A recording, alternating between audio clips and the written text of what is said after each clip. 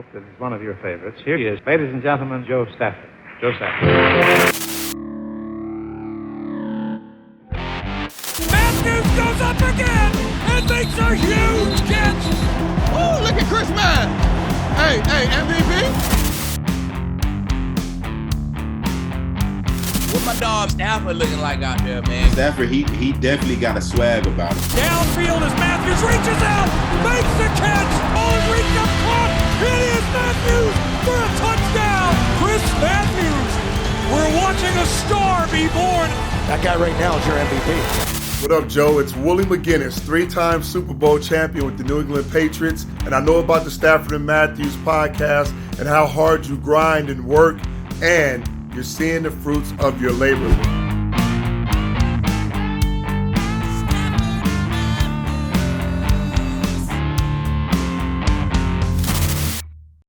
And welcome back to Stafford and Matthews, episode 33 now. It's officially season 2. As always, Joe Stafford and Chris Matthews, former Seahawk and Raven.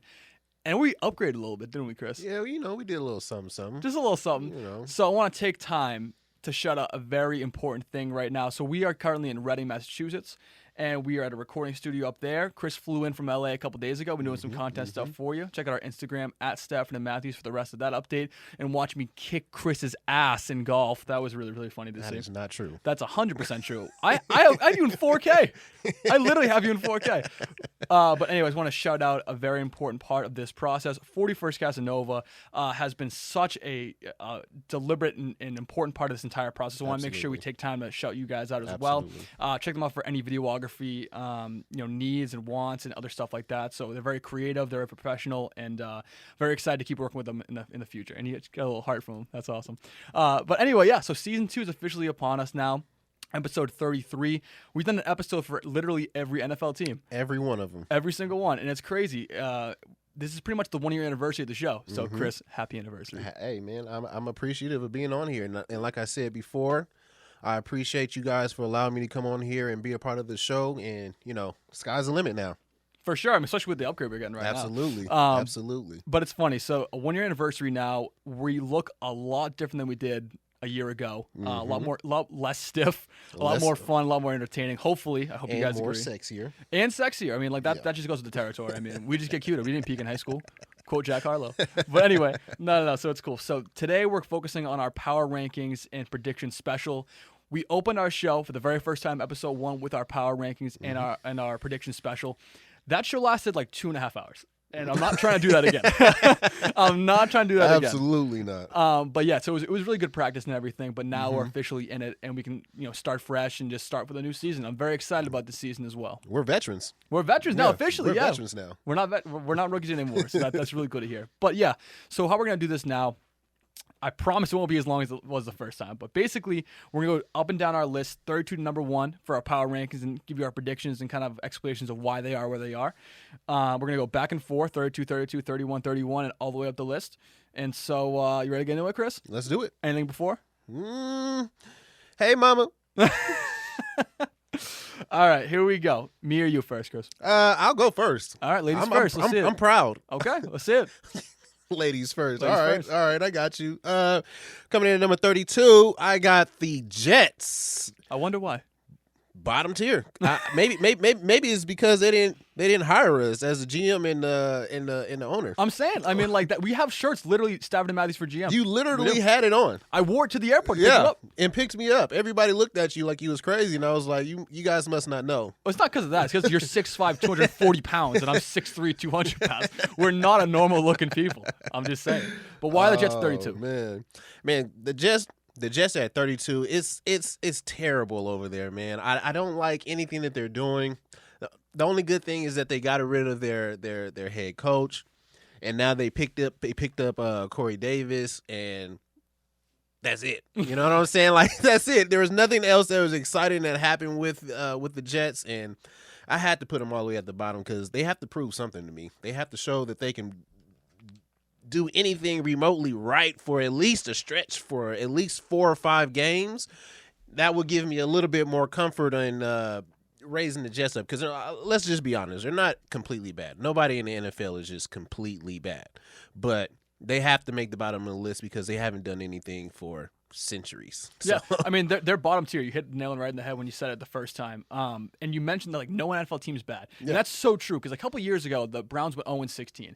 And obviously, you get clowned because you went 0-16. That's a really bad record. Yeah, you can get clowned for 2-14, too. Exactly. So you go 0-16. There was a whole conversation about how Alabama could have beat the Cleveland Browns. Right. No. That's not how it works. Alabama specifically has probably 10 to maybe 12 players that are really NFL quality players, right? And that's not saying it's first round talent. That could be 6th or 7th round talent. And the Cleveland Browns, how many do they have for NFL talent? 53 players. Every single player on that roster deserves to be on that roster. And so I think it's fantasy land when you talk about how a college team, even Alabama, who's top tier, can beat a team as bad as the 0-16 Browns or even the 2-14 Jets that we're looking at right now. So I agree with you, they're bottom tier. 32 for me, it's not the Jets. Not the Jets. I'm going with the Houston Texans. And this is a huge asterisk because this does not include Deshaun Watson. Yeah. Because I don't think he's going to play. You don't? I don't think he's going to play, no. Oh, okay. Okay, well, let's talk about it then because it literally came out a couple days ago. Deshaun Watson is now being looked at for human trafficking charges. Human trafficking. What? Human trafficking. There's no way. You literally couldn't have a worse situation than Deshaun Watson right now. I mean, he's under fire. He's talking bad to reporters, to media places, to everywhere, and that's not a good look for Deshaun Watson, especially considering what he's going through right now. Yeah. So I don't think he plays. And so if he doesn't play right now, you have Tyrod Taylor. And I'm actually a fan of Tyrod Taylor. I've been on the show before, and he's a baller, especially in his day in Buffalo. Absolutely. Like, he really led the playoffs for the first time in like 25 years since that disastrous 4 Super Bowl stretch where they lost every single one. So I'm a big fan of Tyrod Taylor as a person and as a player. Is he in his prime anymore? No. And so that's where the issue lies. In the roster itself, let's be honest, it's dog shit. Like, it's not a good roster. I mean, it really isn't. You have Brandon Cooks, a receiver, phenomenal receiver, and one of the most underrated guys in the league. Who's after that? Not Randall Cobb. Hey, he's gone. Shout out Chris Moore. Shout out Chris Moore. Yeah, I guess so. But the thing is, right? So Randall Cobb leaves. Also, shout out to Randall Cobb. Our second episode ever. He came on the show. Absolutely. We have a lot of love for Randall Cobb. He's reunited with his best friend and Aaron Rodgers in Green Bay. So happy for him. But that's not good news for Houston. And even in Houston last year, Cobb wasn't phenomenal, right? Yeah. And so now you have a really, really terrible receiving core for Tyrod Taylor to work with. You have David Johnson, I guess, at running back, and Mark Ingram, which they added, I guess, which is not a bad add, but also he's past his prime too. Past his prime. So, and the defense is just horrific. So there's literally nothing going for the Houston Texans besides Deshaun Watson, and I doubt he plays this year. So they're bottom of my tier. They're in a great division. They play the Titans. They play the Colts. Jaguars, we'll have to wait and see. They're probably lower on my tier as well, but I'm going with 32 with the Texans. All right. I'm with it, man. I'm with it, man. I think the next one for me, I'm right there with you. It's the Houston Texans. Okay. For me, and the only reason why I put them a step above the Jets is solely because they didn't hire us. They were supposed to hire us as the GM and the president. Now, you got to go on the bottom tier. But yeah, I'm all the way with you on the Texans and everything that's been going on with them. But that's new news for me about Deshaun Watson and the human trafficking. I didn't know nothing about that. Yeah. But what I have heard about him is that he's been very open to the law and allowing them to go through his personal information and see what's going on. And they've been looking at text messages between the masseuse and him, and they've all been calling him back, trying to get more work out of him. So in my head, I don't want to get too deep into it, but in my head, that sounds like, that they wanted to keep on working, and there probably wasn't really much going on. They probably were still feeling a bit awkward, but I know that, and sometimes, you're in a realm where you gotta, you have to make money. So I can kind of see where it can get misconstrued on both sides. But if Deshaun Watson plays, I think he's gonna be an amazing player, and it's going to push his team up a little bit higher than where they're at currently right now. But I have some thoughts. I have some predictions on Deshaun. We'll talk about that later. Sure, the way you introed that, it sounded like a Robert Kraft type thing. Like you went full masseuse on us. That was, anyway. 31 for me, not the Houston Texans, the Detroit Lions. Matt Stafford is one of the most underrated quarterbacks in the league. He's going to show this year being in LA. Being in Detroit, like we've seen with Barry Sanders, like we've seen with Calvin Johnson, your hero. I mean, like, it's a desolate franchise. It really is. And no matter what coach they have there, what roster, it's pretty much plagued. It really is. And so for that reason, they're at 31. Jared Goff comes in there with a hefty contract. Yeah, they got a couple first-round picks out of the Stafford deal, but even so, it's not going to work out. The rosters isn't there. Yeah, they had DeAndre Swift. He's not a bad running back. I like him a lot. Rookie last year. Probably takes a step forward this year after the tutelage of Adrian Peterson last year. But I just don't see it. I don't see it with the Detroit Lions right now. They lose Kenny Golladay to free agency. He goes to the Giants. And that was a big one. That was a big one. And now the defense, too. The defense is looking a little bit better than last year. They took some defense in the middle rounds in the NFL draft. I like the picks they made. Do I think he's going to push them over the limit from 31? No, I don't. And so offense is defense is worse than and so for that reason they're at 31 for me. Yeah, I hear you, man. That's very telling right there, because I'm looking at their roster and I'm looking at their receivers, and I can't name not one of them. I'm sorry, I don't want to. I mean, it's a growing team. This is a team that has to grow a little bit more. I mean, the only guy that I really know is Brashad Perriman, because we went to we played in Baltimore together. But that doesn't count.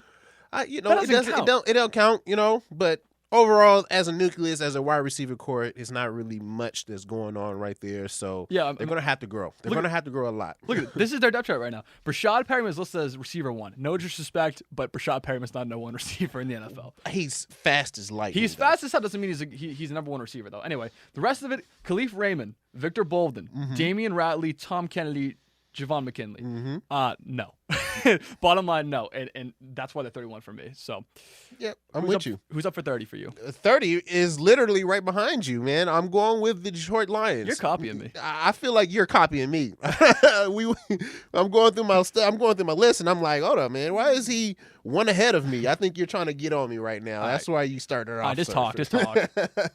No, but Detroit Lions, yeah, man. I don't have much to say. We've already pretty much covered them. No. I think we can skip right over them. Not fair enough. I mean, it's not much you're missing. It's not much you're missing. All right, what am I at? 30? Yes, you're at 30. I'm at 30. The New York Jets. And we talked about them a little bit, so I won't make this a long-winded conversation. They add Zach Wilson, who looked pretty good in the preseason a couple days ago. Also, to give you guys reference on what we're recording on, today's August 20th. It's a Friday, so this comes out later in this new information for all this stuff. Don't blame us because we can't change it now, so whatever. But anyway, when it comes to the Jets, they add Zach Wilson. He looked good in the preseason. The idea from camp is not as pretty of a picture. He hasn't been doing as well in camp as people have been realizing, so maybe that might be an issue as well. I wasn't super high on the kid coming out of the draft. I thought Justin Fields was a better prospect, and maybe even Trey Lance, even though both Lance and Wilson for me are both project players. But when it comes in for Wilson, he comes into a better scenario than Trevor Lawrence would have, I think. I think he's a better fit for the offense. In terms of receivers, you add Corey Davis, which is a big grab. You already mentioned that as well. And the big guy I think I want to talk about too is Elijah Moore, the receiver out of Ole Miss, right? Ole Miss? Ole Miss, yeah. And so Elijah Moore has been balling in camp, balled in the preseason game we saw him in earlier, so he'll be a big upgrade. But in terms of the team overall, it's still lacking in considerable talent. You add Robert Saleh as head coach, and he really is a great guy, obviously known from being a San Fran fan, and that defense was phenomenal in that Super Bowl, even though they ended up losing. But I'm going to go with the Jets at 30 here. They just don't have it in them to be anything this year. No, I'm right there with you. I have them a lot lower, but that's a good one. Yeah, that's a good one. My next one, I'm on 29. 29. I'm going with the Panthers. I think the Panthers are a team that's on the bottom. It's on the bottom tier, and solely because. And I know I'm going to get killed for this because I'm from California, and I actually do like college teams from California. And he comes from this guy that I'm actually going to bring up he actually went to a University of California, and his name is Sam Darnold. And I think that's the reason why they're going down. I thought you were a fan of Sam Darnold. I was. I was a fan, but then after what I've seen from him, I'm pretty much sold that he's going to tank the team. He's going to tank the team. There's not going to be much going on out there. I mean, you have Christian McCaffrey, right? This guy is a star in his own. He's a guy who's gonna pretty much carry the load. You pick up DJ Moore, who I also think is actually a really good receiver, and then Robbie Anderson. He's a proven player, but if you can't get it to him, then what's gonna happen? If your quarterback isn't in charge of the team, of the offense, really, and being able to put people in certain places, you're not the leader. Your running back is. then what does that say about your whole team in a whole? You know, I think that this is something that's going to be a one-shot deal for me, or literally for the Panthers, and move on, because I feel like they're going to go back out there in the draft next year and look for another quarterback. It could be true, but we kind of talked about this when the Sam Darnold trade went down, and we broke down the whole offense. And it's not as bad as I think you're saying, honestly. I have him a little bit ranked a little bit higher. I'll talk about that more when we get into it. But in terms of Sam Darnold, yeah, he has a lot to prove. He does. But he came in, I don't think, as a bridge guy. I think they view him as their franchise quarterback as of right now. Can that change in a year? Absolutely, it can change in a year. But I think as of right now, he's their franchise guy. So I think they have a lot of faith in him. I think he'll do a little bit better than you're expecting. Not crazy, not like showing out Pro Bowl type status, but I think he'll be a good game manager for Christian McCaffrey. And I think Robbie Anderson coming back is going to help his transition a lot, considering him and Anderson were on the same page directly in New York for a long time. But you can't just be a game manager in the NFL. Though. With Christian McCaffrey, maybe you can. Okay. I mean, it makes sense. I'm all for Christian McCaffrey. Okay. I'm just saying, Sam Darnold, just a game manager, I don't see it happening. All right, fair enough. Well, I'll bring it up when I talk about that. Okay. I'll wait for that. All right, 29 for me. The Jacksonville Jaguars. And you're a little bit higher on the Jaguars than I am right now. Let's be real. They went 1-15 last year. Just because you had one player, Trevor Lawrence, yeah, it's a quarterback. That's a big position to fill and everything, but they're still 1-15. They're still a 1-15 roster. And when you look at it that way, I just don't think they made enough improvements this year to significantly put them over the top. Are they in playoff contention? No. I want to put that in effect. They're not in playoff contention. They're in a stacked division. Tennessee and Indianapolis in the same division. We'll put Houston off the board because they're not going to do anything either. But that division itself is really full of a lot of talent. And so when I look at it from that perspective, I just don't think they have enough in the tank to really get there. Trevor Lawrence, great prospect, great player and everything. Yes. You lost God. You cut Tim Tebow, so you really can't get the risk perspective you wanted from Urban Meyer. I'm just telling you that you lost it. And so you add a lot of guys like Marvin Jones, mid-tier receivers that will do well for Lawrence's transition. One thing I did like a lot was them drafting Travis Etienne, the running back from Clemson as well. That's going to make Trevor Lawrence's life so much easier because he's a baller, and they played together for 2.5 years. And so with that familiarity in the backfield, there's going to be a lot of continuity and a lot of chemistry. And so his chemistry will be a little bit easier to grasp around the whole offense. And so that's a good thing. But at the end of the day, they're still a 1-15 team. I don't see them winning more than like 5 games. Whoa, Joe. I mean, if you, man, you kind of threw me for a loop. I'm gonna stump you there. You kind of threw me for a loop right there, man. I mean, listen, Trevor Lawrence, Travis Etienne.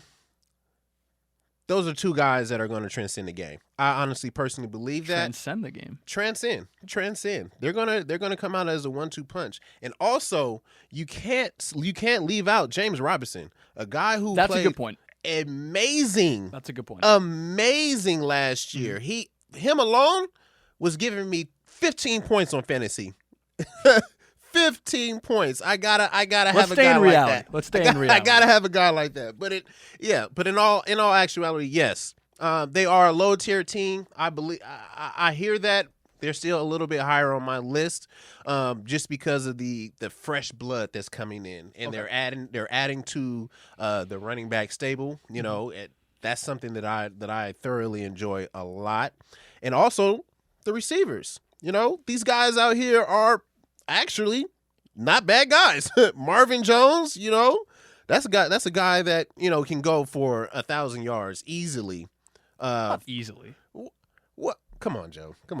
He is a baller. And when he was with Detroit, he was one of the, well, not the main player, but I mean, like, he was out there. Well, he was the second best. Right, but the reason I question that is he's had 1,000 yards once in his career. Yeah. So it's not. Is it easy for him? No. But now you have a phenom in Trevor Lawrence. Okay. Then you have 2 really good running backs. That's going to open it up. And then you're talking about DJ Chark. True. That's another guy who's going to end up hitting another 1,000 yards in his career, I believe. He is very capable of it. So I have them a little bit higher.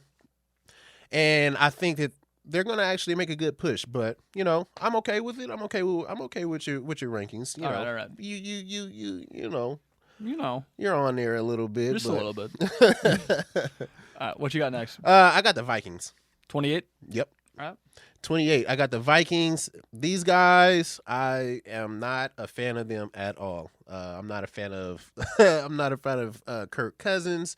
You know, you have Dalvin Cook, which we all can say that he is an amazing running back. He is when he's healthy. When he's healthy, and that's the thing. That's the thing for me that puts them down, because if he's healthy, I can see them winning a couple games that is over, that'll put them over the top, and a couple close matches, he can win those games. Mm-hmm. But when he's hurt, they look like, excuse my language, dog shit. Honestly, like I'm not a fan. I'm not a fan of them at all. Okay. I love the fans though. Yeah, me too. I love the chant. The little skull. Yeah, skull. I love that. I love that about them. You worked out for them one time. Overall, I just think that this team is not. They don't have everything put in place. Didn't you work out for them one time? You have Justin Jefferson, who is a great player who's coming up in the league. You have Thielen, who's a proven player, but if you can't get the ball to him, there's not much that you can do. And I'm not a fan of their coaching staff. Their coaching staff at all either. Oh, okay. Well, is that because they didn't sign you when you worked out for them? Yes, Joe. Yes. Yes. okay. They're blind. They're obviously blind. I guess so. But I like what you said about that, and I'm looking straight into the camera for this one because I want to tell my friend something. My friend Spencer Smith, Quincy's finest, umping. He's a big ump guy. But anyway, huge fan of Kirk Cousins. Like a weirdly big fan of Kirk Cousins. I remember you telling me this. Like it's weird. It's really really. And I called him out before, but now hearing it from your mouth in this cool studio with the cool cameras on, I want Spence. Listen to this guy, okay? Kirk Cousins is horrible. He's the most average quarterback you will ever find in your life, and you're paying him $33 million a year to do it. $33 million a year. Ridiculous. I'll get in the Vikings when I get up my power rankings and everything, but I think you're probably right to put them towards the bottom of your list. Yeah. That's what I would say. All right. 28 now. We're looking to do this. All right, here we go. Just flying right through this. I guess so. 28. I have the Philadelphia Eagles, who we just smoked last night. I'm a Patriots fan, if you guys didn't know. What was the final score? Like 35? Yeah, it was 35-0. Yeah, 35-0. Keyword 0. and I'm going to get a lot of hate for this. Obviously, Jalen Hurts didn't play in the game. He got sick. I don't know if it's COVID or not, but he's basically had an illness. And so I don't blame him for doing that. But the roster itself, I don't love. The defense is horrific. When it comes to the offense, I'm a big fan of Jalen Hurts. I wanted the Patriots to select him in the second round or third round a couple years ago in the draft. Did not end up happening. Philadelphia kind of overstepped their bounds and took him a little bit early. And we talked about this last week as well. They don't want to commit to the guy. No. And that's an issue, especially when we're trying to get some continuity in the locker room. If you can tell the front office and the coaching staff doesn't want to commit to your star quarterback, that's a problem. It's going to cause a lot more issues than continuity with coaching as well. So in terms of me liking Jalen Hurts, I like him a lot. You have Joe Flacco in the back there, who started last night's game with a fumble on the first play, which is hilarious. But you're laughing at my boy. I won't. I know you're a big Joe Flacco guy. But he's past his prime. Nick Mullins is okay as well, I guess. In terms of running backs, Miles Sanders came out phenomenally last year. He outperformed Zeke Elliott in that crowded NFC East running back stable. I was a big fan of Miles Sanders last year. I think adding Jalen Hurts back fully healthy with another year of understanding the playbook's going to help his game even more, especially with the play action and read option stuff they're going to be implying, which is really, really cool to see as well. So I'm a big fan of Miles Sanders. The receiving core, Devontae Smith, Heisman Trophy candidate. I'm not sure if he won. I don't really watch college football. But Devontae Smith, phenomenal player. Great route runner, great hands. Love it. Little small, but I think he'll be okay. Deshaun Jackson 2.0. He very well could be, but that's a lot. D-Jax was that dude. He was that dude. He's that guy. He is that guy. He really is that guy. But yeah, you have Jalen Reagor on the opposite side, who came in 30 pounds overweight to camp. Hasn't been playing phenomenally, but I will say, he had a phenomenal catch against the Patriots in the joint practices. He went full Odell on that, but he did it opposite hand. I can't even describe it. It was unbelievable. Yeah. I've seen that. But do I think he's a great receiver? Not really. And he's probably at best an okay number 3 as of right now. And so you don't really have a lot of options at receiver for Jalen Hurts to throw to. Line stinks. Defense is just okay. The front seven's good. The secondary is horrific. I don't see it for the Eagles this year, especially with the Cowboys coming back with a healthy Dak Prescott, the Washington football team coming with Ryan Fitzmagic. They're the best team in September, then crumble, as they always do, because Ryan Fitzpatrick's the best September quarterback of all time. But once that calendar hits October, goddamn, takes a goddamn nosedive, I'll tell you. But overall, Eagles just don't have it in a crowded NFC East this year. So I'm going to go put them at towards the bottom of my list at 28. Look, I'll just say this about Jalen Hurts and the Eagles real quick. I just feel like Jalen Hurts, with everything that I've heard from him, all the leadership qualities that he's having, he's out here quizzing people In the hallway.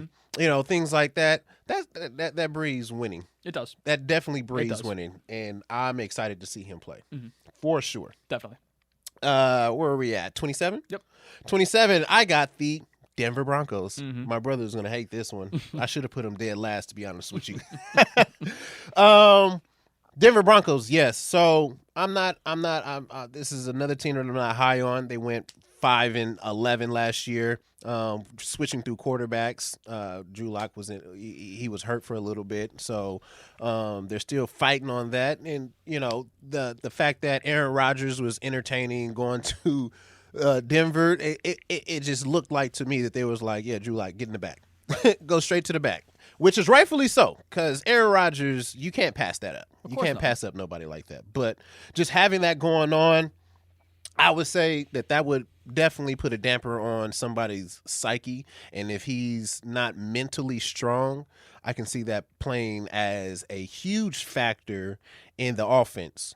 Right. You have amazing wide receivers out there. They are one of the top receiving cores in the game, with Cortland Sutton and Tim Patrick and all of them. Jared Jeudy, he's looking amazing out there. But then that's it. Like I said this before, if your quarterback isn't able to get the receivers the ball or take care of the offense, you're not going to have any luck going into the season. And being that you guys were 5-11 last year,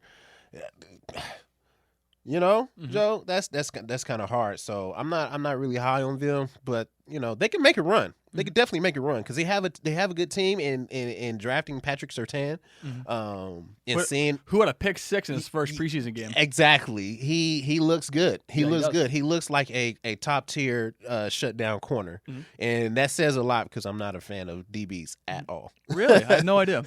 That's crazy. Not at all. But just being able to revamp that defense, which we all know that they've had a really good defense throughout the years. They're getting a little bit old in the teeth with Von Miller leading the charge, but overall, I feel like they're in a spot for me. 27 is a good spot for them right now. Okay, so when it comes to the Broncos quarterback competition, you basically mentioned they want to put Drew Lock in the backseat. He's going to be their starter. I'm telling you right now. He's going to be their starter. Definitely think so. And that's not a slight to Teddy Bridgewater, because I talked about this a couple weeks ago as well. Teddy Bridgewater, I salute the guy. Came back from a horrific injury. But do I think he has it anymore to be a starter and lead you to the playoffs? I don't see it. I don't see it. And Drew Lock, granted, it's one preseason game, really showed a lot of maturity and a lot of understanding of the offense. Went deep twice, scored on both. And so I'm a fan of Drew Lock, and I want to see what he can do. His rookie year, he went 5-3 with kind of a banged-up squad. And so I think that he has some potential, some untapped potential. And getting back a lot of the guys healthy that he missed last year is going to be a big, big push for him. So I think it's going to be a little bit of a different story for Drew Lock in the Denver Broncos this year.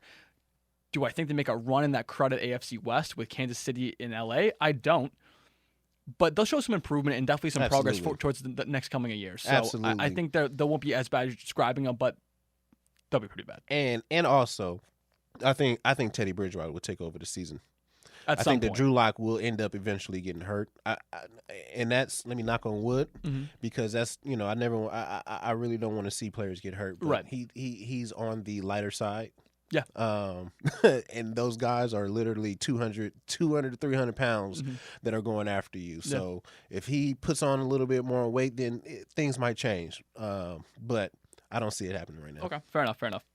All right, 27 for me. I have the Atlanta Falcons. And we talked about this a lot during the actual season, because I was very adamant this would be Matt Ryan's last year. I was wrong.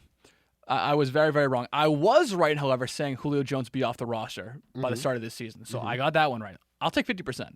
50%. Like most of my test scores in school, it's great. 50%. That's great. Yeah, 50%. Yeah, exactly. For sure. Anyway, but so Matt Ryan ended up staying on the roster. And this is going to be a much different looking team. Falcons move on from Devontae Freeman. They move on from really any kind of maturity at running back and go with Mike Davis. And Mike Davis had a very good year standing in for Christian McCaffrey last year. Hopefully he capitalizes on being in the same division as the Panthers and kind of wants to give it to him a little bit. I think he's a good running back, and his thigh's bigger than my head, which is really interesting. But no, he's a good running back, so I think they'll be solid on the ground as much as humanly possible. And they added Cordell Patterson, who's a nice mix of receiver and running back. Right. Basically Basically a wing back at this point. And he's a great returner, obviously, as well.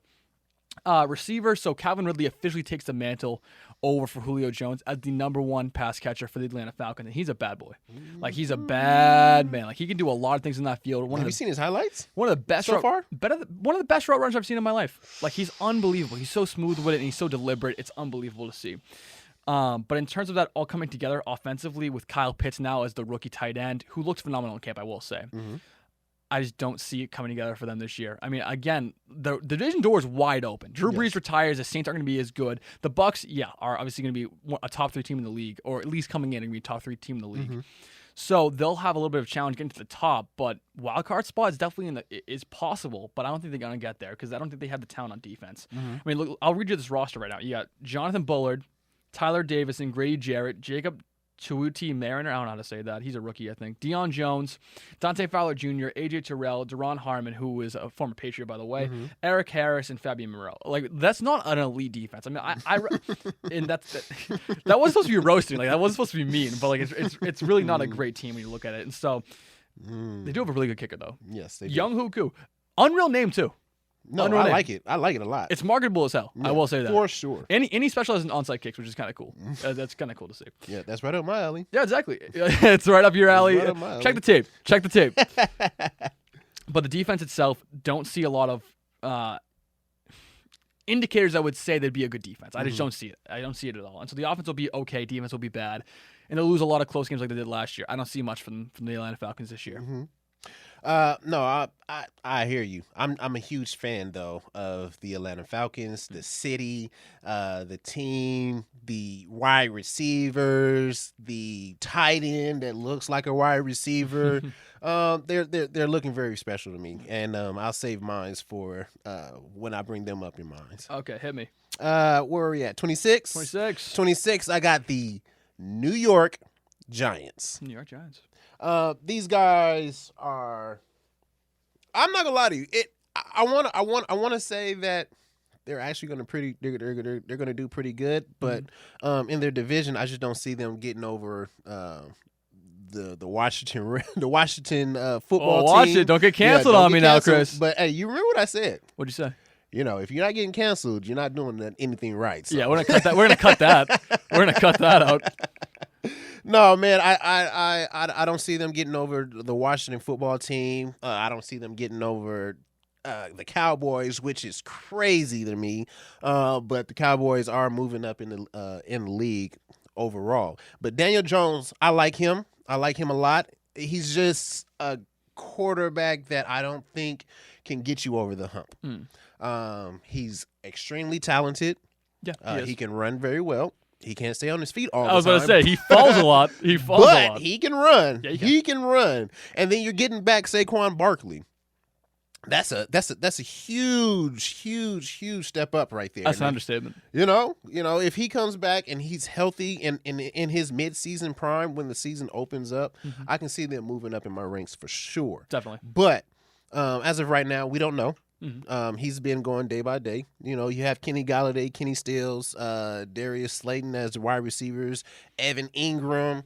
I'm not high on him. You know that. He's just lazy, I think. He's super lazy. He's lazy. Like super lazy. All like the talent in the world. He's that guy that he's that guy that's like, oh yeah, I made it. You know, I made it. I'm in here. I can do what I want. So is Evan Engram the equivalent of Ryan Mallett? Oh, see, here you go. I'm just. I like headlines, Chris. I like headlines. You're not gonna get me on that one, man. Smart man. Hey, smart man. You're my guy. I will have you back all the time. Okay. But he's talking to Mike, by the way. I still have him low. I still have him low because, like I said, mainly because of Saquon. Kenny Galladay is questionable right now. So just having those two that are down, that says a lot. And then you have the left guard who's Shane. Am I pronouncing this right? Lemitz. Lemieux? I don't know. I don't know. It's a random Giants offensive lineman. I don't know how to pronounce it. But Sorry. he's the left guard, and the left guard is a very important piece to the line. Anything on the left side, on the blind side, is a very important piece. And when you having questions about that on your left side of your line, it says a lot. So I have them low, and I don't see them. I mean, I see them, like I said, I see them moving up in my rankings if Saquon comes back in there and he's actually able to play at full speed. Right. I can see them moving up for sure. But right now I'm going to have them at 26. Quick trivia question. Actually, I have two of them because it's going to be kind of funny. So the first one, what is the highest paid position on a football team after quarterback? Left tackle. Left tackle. Yes, I'm trying to illustrate that point. Left tackle is so important. So is left guard. Right. That left side line, that blind side is unbelievably important. And teams know it and they pay for it too. Right. Also, fun fact about the Giants. Well, I guess kind of. You know when the last time a cornerback started a game in the NFL was? Never. It was 2003 for the New York Giants. I was 3 years old. Oh, wow. I was literally 3 years old the last time a white cornerback started a game. 2003? I just started high school. We know you're old, but it's fine. But yeah, 2003. Jason Sehorn. I thought that's the funniest thing ever. It's just like one of those crazy stats. I forgot all about him. Yeah, he was good. He was actually pretty good. It's like the Kelsey tagline for white receivers. Yeah. He was gritty. Pretty good. He was gritty. Puts a lot of work in. Hard-working guy. It's like they repeat the same thing over and over again. It's the funniest thing ever. Absolutely. But in terms of the Giants themselves, you hit the nail on the head. Saquon Barkley coming back is a huge get, and Kenny Golladay maybe staying healthy is going to be an issue a little bit as well. But the team overall is not up to par with the rest of the teams in the division outside the Eagles. I don't see them winning a lot of games this year. But do I think they're awful? No, I don't think they're awful. But I mean, they're a work in progress for sure. Absolutely. That's what I would say. Absolutely. All right. 26. The Cincinnati Bengals. Joe Cool. My guy, Joe Cool. Also, for the camera. I look like Joe Biden in these glasses, I swear to God. I really do. Joe, you've been trying to get this joke off ever since I landed. I know, but it works. You're laughing still. They laughed about it. They'll laugh about it, hopefully. But I don't know. It works. Whatever. Anyway, so Joe Cool, Joe Burrow, had a good rookie year last year before getting cut down short with a torn ACL and pretty much the rest of his knee. His knee got tore up in that game. Yeah. But he looks healthy and looks pretty good so far in training camp, so I'm very excited to see him come in. And the best thing possible for Joe Burrow, the Bengals did. They added his former college teammate who he connected with a lot of touchdown passes. Right. Jamar Chase. And Jamar Chase is a phenomenal talent and already has a great chemistry and bond with Joe Burrow, both on and off the field. That's a seamless transition. And it gets added to a really talented receiving group outside of that. Tyler Boyd, who burst onto the scene as A.J. Green started aging a little bit, is a phenomenal talent. And so was T. Higgins, was his last year's first round or second round pick, wherever he was picked, was phenomenal last year as well. And you even have a fourth guy, Trent Taylor. Scotty Washington's even there too. They have a very deep receiving core, which is going to help Joe Burrow out tremendously. Also, the great Joe Mixon is at running back with a nice tandem as Samaje Perine is the number 2 there as well. The team itself on offense has a lot of talent. The problems lie with the defense. Sam Hubbard, DJ Reader, Trey Hendrickson, all of them which on the line that's starting are injury prone. They're not wicked healthy guys. And so that kind of concerns me as well. The linebacking core is straight up horrific. Straight up horrific. I literally can't name a single guy on this roster on deep for middle linebacker, outside linebacker, weak side, nothing. It's pretty embarrassing. I mean, I told them I said this before the draft started. Go for Penny Sewell. I mean, yeah, that would have been a good pick as well. But again, we're talking about defense anyway. When it comes to the secondary, they're a little bit different. I think they added a lot of good pieces. Trey Waynes, Von Bell, Jesse Bates III, Chidobe Awuzie is the starters there. And Jesse Bates has come out against the Bengals organization lately because they haven't paid him yet. He deserves a bag. He's a very, very good safety and probably top tier, probably top 5 safety in my mind across the board, free safety or strong safety. He's a very good player. And they also have some great relievers. Eli Apple, former first-round pick. Mike Hilton, longtime great Steeler. Ricardo Allen as a backup safety. They have a lot of talent and a lot of depth at the secondary level. In terms of the front seven, it gives me a lot of anxiety and a lot of worry because they can't stay healthy, and they're not really that talented either. And so, as good as I think Joe Burrow will be his comeback year, and as good as I think the whole offense will be in his comeback year, I don't see him winning a lot of games. And obviously, the AFC North, you played for the Browns at one point in your career, is so chock full of talent and rivalry and just so competitive.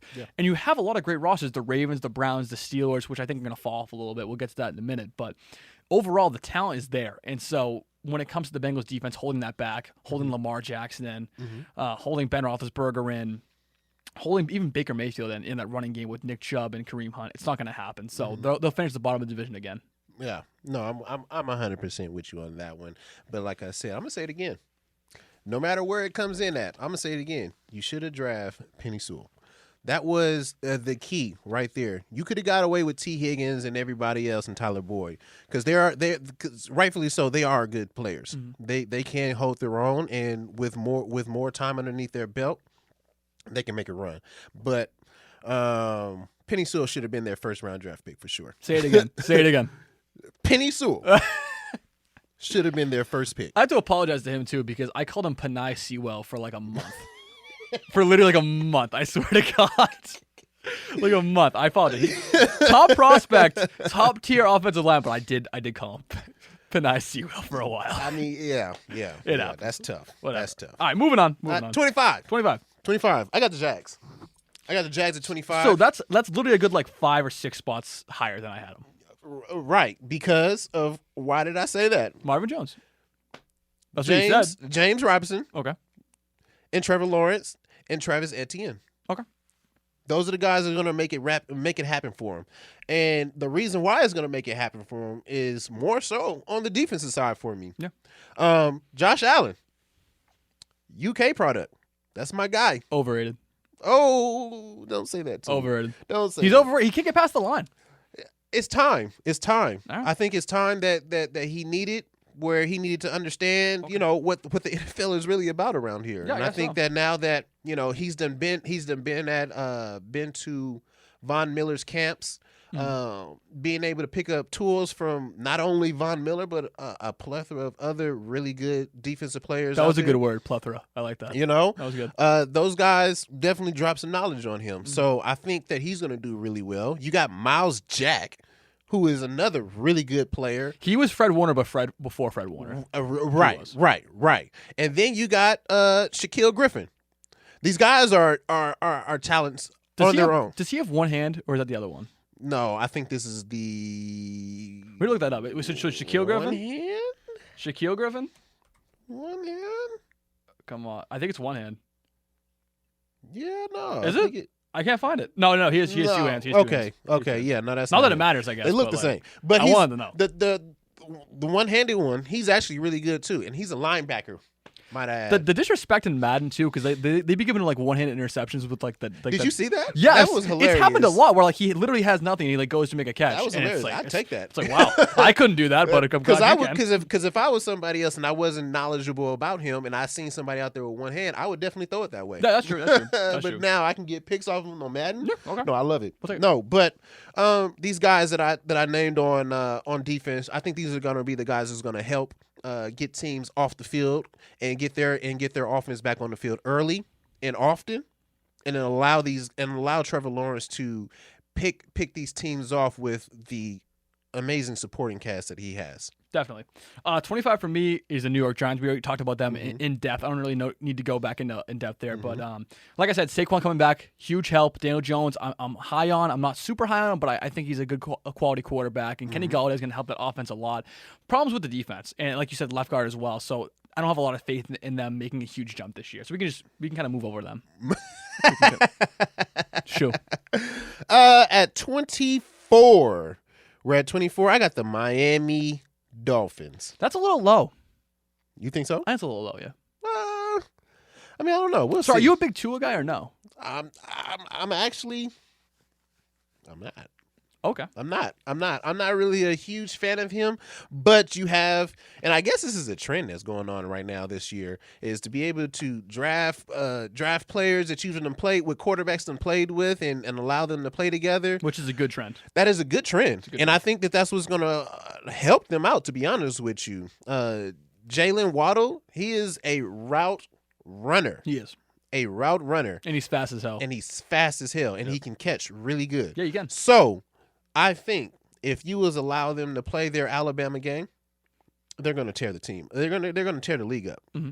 And the reason why I say that is because defenses right now are overplaying are overplaying the run game right now, because we all know that defenses are running a little bit faster and they're a little bit stronger and they are a little bit crazier. So I think that play action for them is going to be really great. Myles Gaskins, he's a guy who I'm not really high on, but he's the starter, and I don't really have much anything nice to say about this guy, to be honest with you. Devontae Parker, he's questionable. I've never liked him. Will Fuller, he's suspended. No, he's not anymore. Not anymore? What? It was just a regular season. It was just a regular season? Yeah. Oh, okay. But yeah, man, like this is just a mess.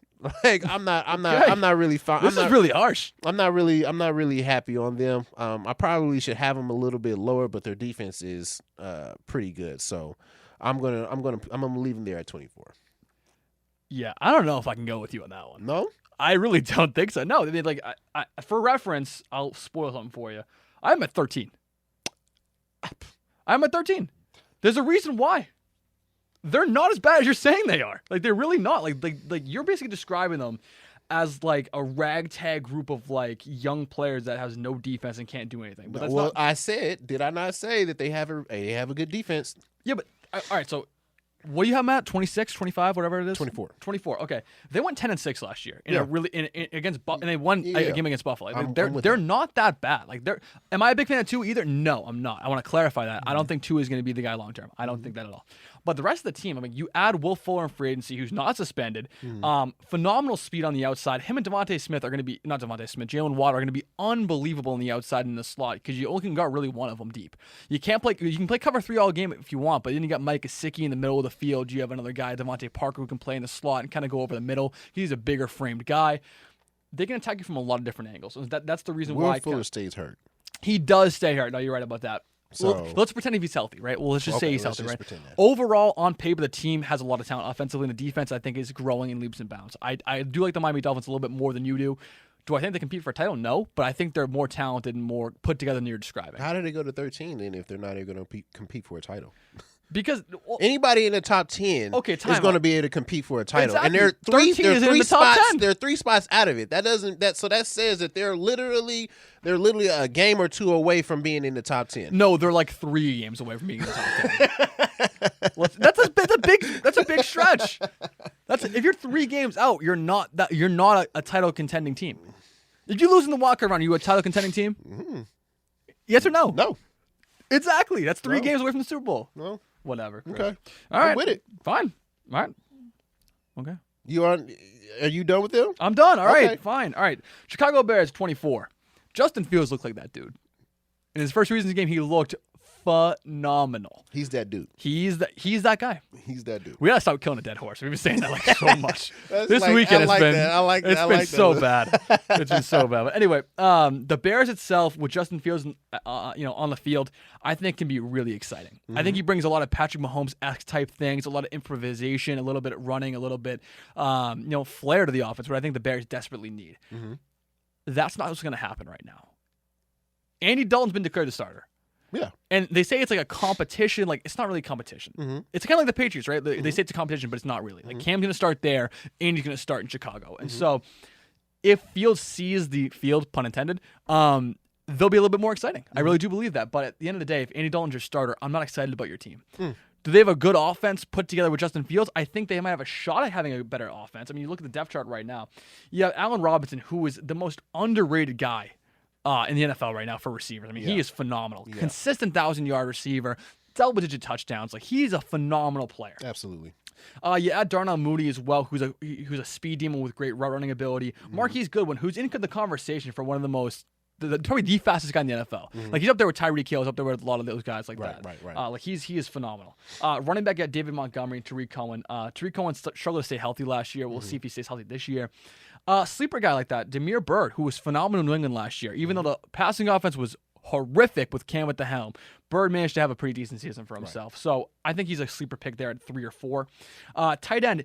Did you know this? Jimmy Graham's still in the NFL. Yeah. Did you know that? Yeah. I had no fucking idea. Oh, I believe it. I had no idea. Oh, I believe it. Jimmy Graham was once upon a time one of the best tight ends in the league. Absolutely. He's now second to Cole Kmet in Chicago. A fall from grace. a significant fall from Brees. But in terms of the rest of the offense, it's okay. The line's very average. The defense is the real highlight of the team. Obviously centered around Khalil Mack and Roquan Smith. Right. And the secondary's not bad Trevathan. either. And Danny Trevathan, Eddie Jackson. Well, lean the whole defense if you want to. Hey, UK guy. I'm just saying. I got to put him out there. But the team itself overall, the continuity's not there between the offense and defense. Defense is light years ahead of the offense. And like I said when I first started this whole rant, Andy Dalton's the starter still, so I don't see it being a title contending team. So that's the reason why they're so low on my rankings. No, I hear you, man. I feel the same way about the quarterback situation. I feel like Justin Fields is a very special quarterback. I think you were gonna say that guy. I was like, please don't say it. No. He's he is a very special quarterback, and you know how I feel about him. Yep. Even before the draft, right. I really truly felt in my bones, because I'm a Niner fan, that we were going to draft him. I just felt like he had more, not more of the intangibles. I would say that he just fit our team just a little bit better than Trey Lance. But we'll see. And I like Trey Lance a lot. You know how I feel about him as well. But we'll get into him a little bit later. But for me, with the quarterback situation for Chicago, I just feel like that this is one of those. Give you a couple games, let's just see what you do, because you are a veteran.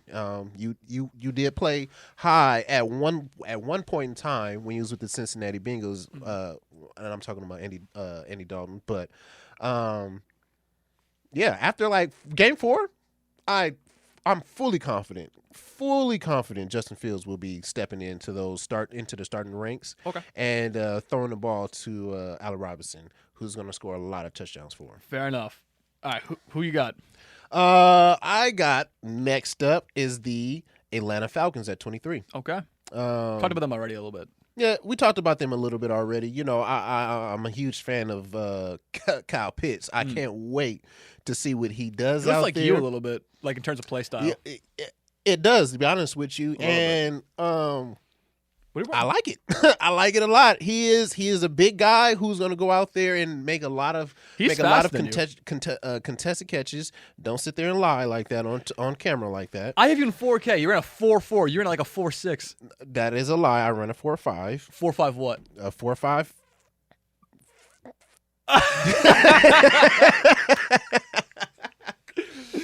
All right, you know what, Joe? I'm about to get on you now. There's no way that I will let Kyle Pitts race me and beat me. Chris, we can set it up right now. Chris, I ran like a 6-second 40, so don't feel bad about it. No, I feel bad because I played. I'll beat him. Hey, I was a South Boston Pop Warner quarterback of the year. He might lift more than me, but I'll beat him in a race for sure. Okay. But nonetheless, he's an amazing talent. I liked him a lot when he was with Florida. He was making spectacular catches. Then you turn around, you draft him in the first round. He's an amazing talent, man. I feel like with Matt Ryan and Calvin Ridley out there, they're gonna do them right. They're gonna do him right, just much like how they did for Julio Jones when he first got drafted into the Atlanta Falcons, and allowing him to work out with Tony Gonzalez and Roddy White and all them. So they're probably gonna ingratiate him the same exact way. Atlanta just knows how to pick the right receivers. I wish the Patriots knew. Yeah. You probably need to go start hiring some people from Atlanta. I need still a Pittsburgh scout. Pittsburgh as well. Every other year. Absolutely. Every other year they pick a phenomenal receiver. Absolutely. It pisses me off actually a little. But I feel like I'm not against Matt Ryan. He's a little bit old in the tooth. I know you're not really high on him, but I think he was a good player in his prime, but I think for sure. But he can still throw the ball. Yeah. He doesn't have the Tom Brady Tom Brady noodle arm. What the hell are you talking about right now, dude? It's just a shot. I just want. You want a reaction? We're in Boston. I had to try it. You did a reaction out of me. This is.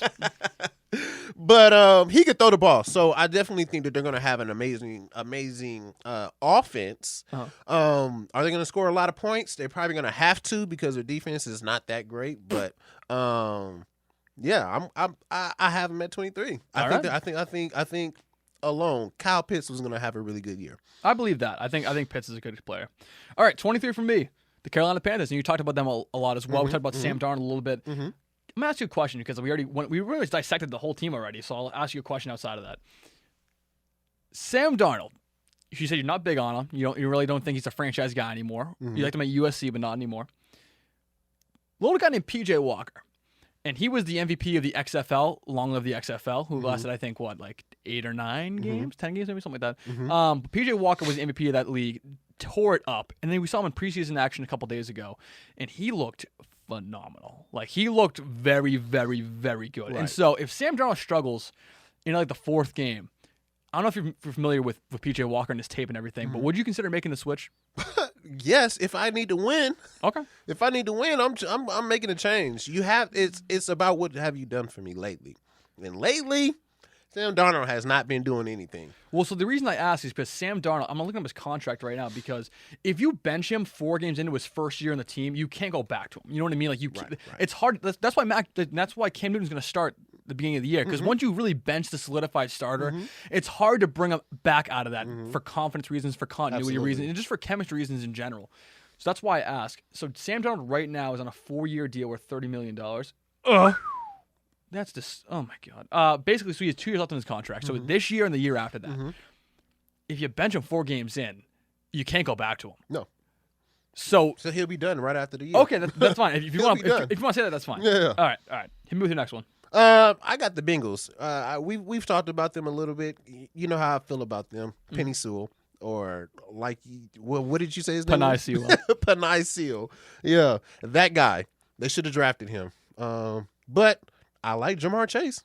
I've heard nothing but great information about him. Yeah. I have a couple guys who I play football with in Canada that's in the training. I mean, that's in the Bengals training camp right now. That's as a DB, and they're saying that he's been killing.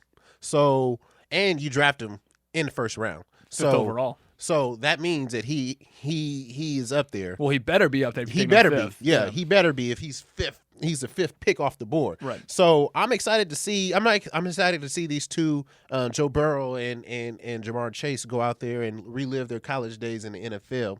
I just hope they understand that this is the NFL, and though some of the, even though that Burrow was throwing a lot of dimes, it's going to be a little bit harder now that you're in the NFL, and that Burrow's his 2nd year. I mean, this is going to be his 2nd year, and this is going to be Jamar Chase's 1st year. It's going to be a little bit off, right?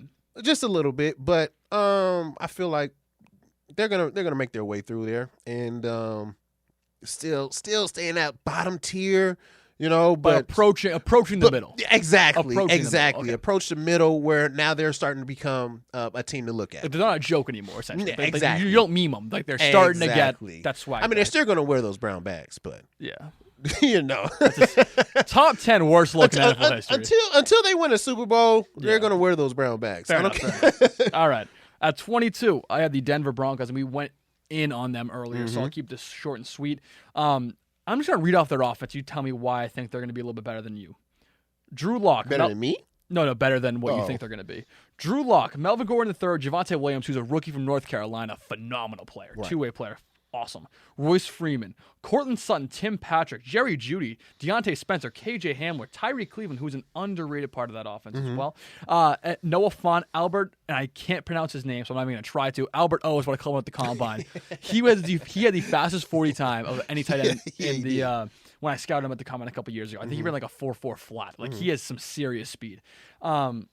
And so when I list all that off with an up-and-coming offensive line, too, highlighted by Garrett Poles, who they paid a bag a few months ago, the offense is there. The defense, not so much. Like you said, Von Miller's kind of aging a little bit, but and Justin Simmons is a really big baller, too. But right. In terms of overall team unity and having parity on both sides of the ball and being able to put it all together during a game, it's not there quite yet. And they're, like I mentioned earlier, they're in a tough division with Kansas City and Los Angeles. So they're going to stick around 22 for me, but they have the potential to kind of move up a little bit. Right. Little upper mobility for the Denver Broncos. No, I hear you on that. I'm like I said, I'm high on Patrick Surtain. I like the receiving core. It's just the running back. It's the quarterback. It's the running back stable and the quarterback. Yeah, that's the only problem for me. Yeah. Okay, 21. I got the Bears. Okay. We talked about them. I'm just going to name off a couple players. that I really like that's going to change the game for them, you know, or that's already changing the game for them. Akeem Hicks. Mm-hmm. You have Danny Trevathan, UK, represent. Robert Quinn, Eddie Jackson. That's all I'm gonna say about the Bears. That's everything else is up in the air. We've talked about it. We've talked about them, as you know. Allen Robinson, you know, that's my guy. I like him. I like him a lot. But the quarterback situation, you're gonna have to figure that out pretty quick. Otherwise, you're gonna be in the bottom tier. I don't care how good your defense is. Definitely. Okay, 21 for me, and you're gonna roast me because I did the same thing with the Broncos. I put them a little bit higher, even though the quarterback's a question mark. The New Orleans Saints. Jameis, who can actually see for the first time in his life. He got LASIK. I think it's the funniest story of all time. He threw 30 touchdowns and had basically no eyesight. Also, it kind of explains itself because he threw 30 interceptions that season too. Right. But Jameis Winston is an enigma. That's how the best way to put it. He's an enigma. And going on the Saints team with enough talent around to make something happen is going to be intriguing. They're still technically having a quote-unquote quarterback competition with Taysom Hill. Taysom Hill's a great gadget guy, and he's a fun guy to root for, but is he a starting quarterback in the NFL? No. Absolutely not. He's not a starting quarterback in the NFL. So James Winston's going to be the starter. Alvin Kamara is a phenomenal talent as well. Michael Thomas is having a little bit of an issue with the upstairs people and the general manager. In New Orleans, he's kind of banged up a little bit still too. So they're about 21. They're in that division with, like I said, the Buccaneers. So it's their path a little bit harder. Even if they make a wild card spot, the NFC is always stacked. So they're not contending, but they're not awful. They still have a solid roster. So Saints are 21. No, yeah, I'm with that. Jameis Winston, he's a guy who it's hard to like really put your finger on a guy like him because he does so many crazy things, but I feel like he's gonna be the starter of the team, and he actually, you know, he can throw the ball. Definitely. You know what I'm saying? He's not bad, and you know, you figure out your offense. You know, they'll get things straight. You know, Sean Payton, he's a genius. He's a genius as a coach. So I have nothing but respect for him and that team for sure. Hit me 20. 20. I got the Philadelphia Eagles. Okay, you know, we done talked about them. We don't have to spend too much time on them. But who I am going to spend a lot of time on is Devontae Smith. Devontae Smith, Hall of Famer. I'm already speaking into existence. Yeah, I guess so. You're a big manifest guy, though, Chris. You're a big Heisman Trophy winner, man. This guy is a phenom. I thought it was a different F word coming. Phenom. Oh, it's a P, actually, isn't it? Yeah, PH. Nice. PH. Come on. I'm not a senior in college. This guy, he reminds me so much of Deshaun Jackson. It's crazy. The only and I want to see him go back there, return punts, return kicks. Like I want to see him do it all, do it all, and allow the Philadelphia Eagles to ingratiate him the right way, like they did with Deshaun Jackson. Definitely, this guy is amazing, man. I don't have nothing else to say about the Philadelphia Eagles. Diego, I'm sorry, bro. They're not going to get anywhere. They're not going to get anywhere. You still have to fight off a couple teams, and I don't see that happening no time soon. So, right. I'm sorry. No, I understand that 100%. All right, coming in at 20 for me, the Las Vegas Raiders. And the thing about the Raiders right now is Derek Carr is on his like fifth last chance. Like it always seems like he's on the hot seat and they never change him out. But Mariota did kind of look good last year, and he came back for a reason. So maybe there might be a little bit of a challenge there. Gruden always has a solid team coming in. They're always hungry and they're always hitting hard and they're always, taking things very, very seriously. Josh Jacobs, phenomenal running back. The receiving core is a little bit less to be desired. I love Darren Waller, who also, congratulations, celebrated 4 years of sobriety, which is awesome. Very proud of Darren Waller. My dog, yeah, he's a great player. So I'm very, very happy with that. In terms of the rest of the roster, defense is still in shambles. They have not done enough to repair that defense anywhere near contending. So Raiders are going to stick at 20 for me.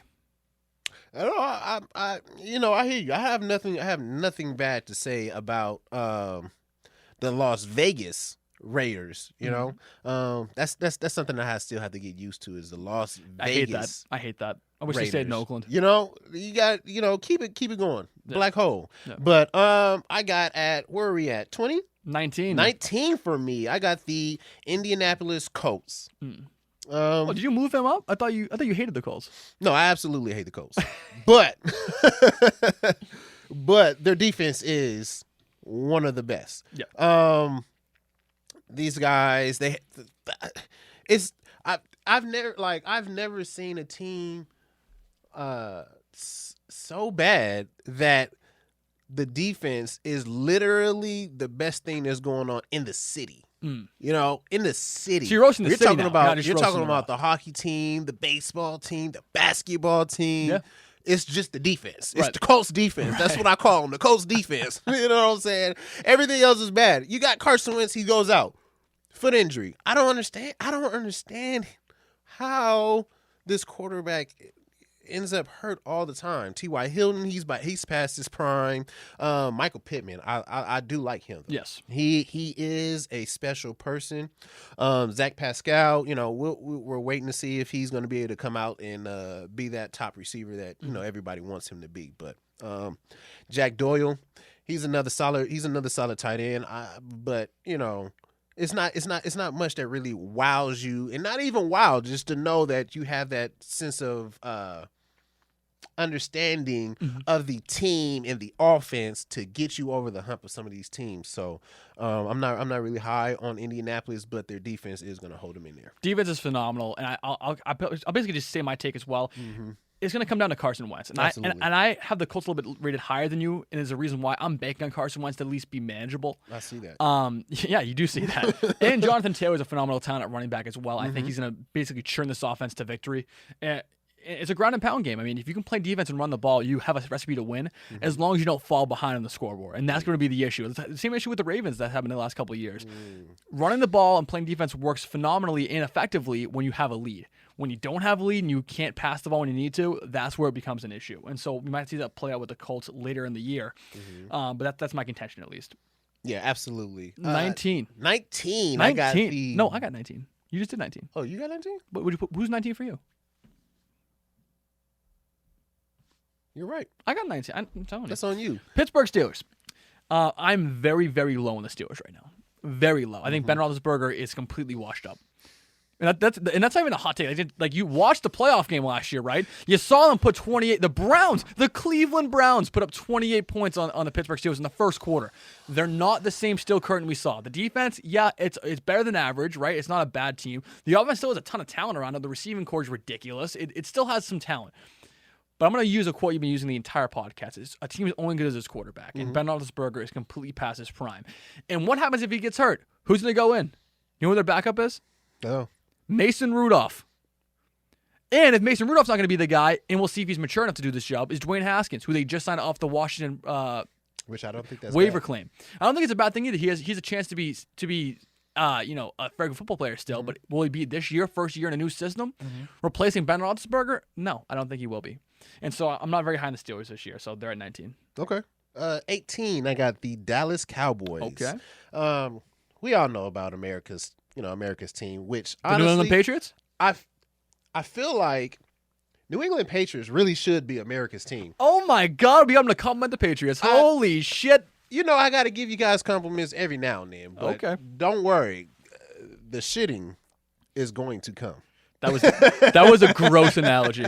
That was gross. But Gross. I'm excited to see what Dak Prescott does now that he's fully healthy. He went through a little shoulder injury right now. He's going through a little shoulder injury right now. Which, we don't know what's really going on with that. But it's safe. I would say it's safe to say that he'll be out there week 1.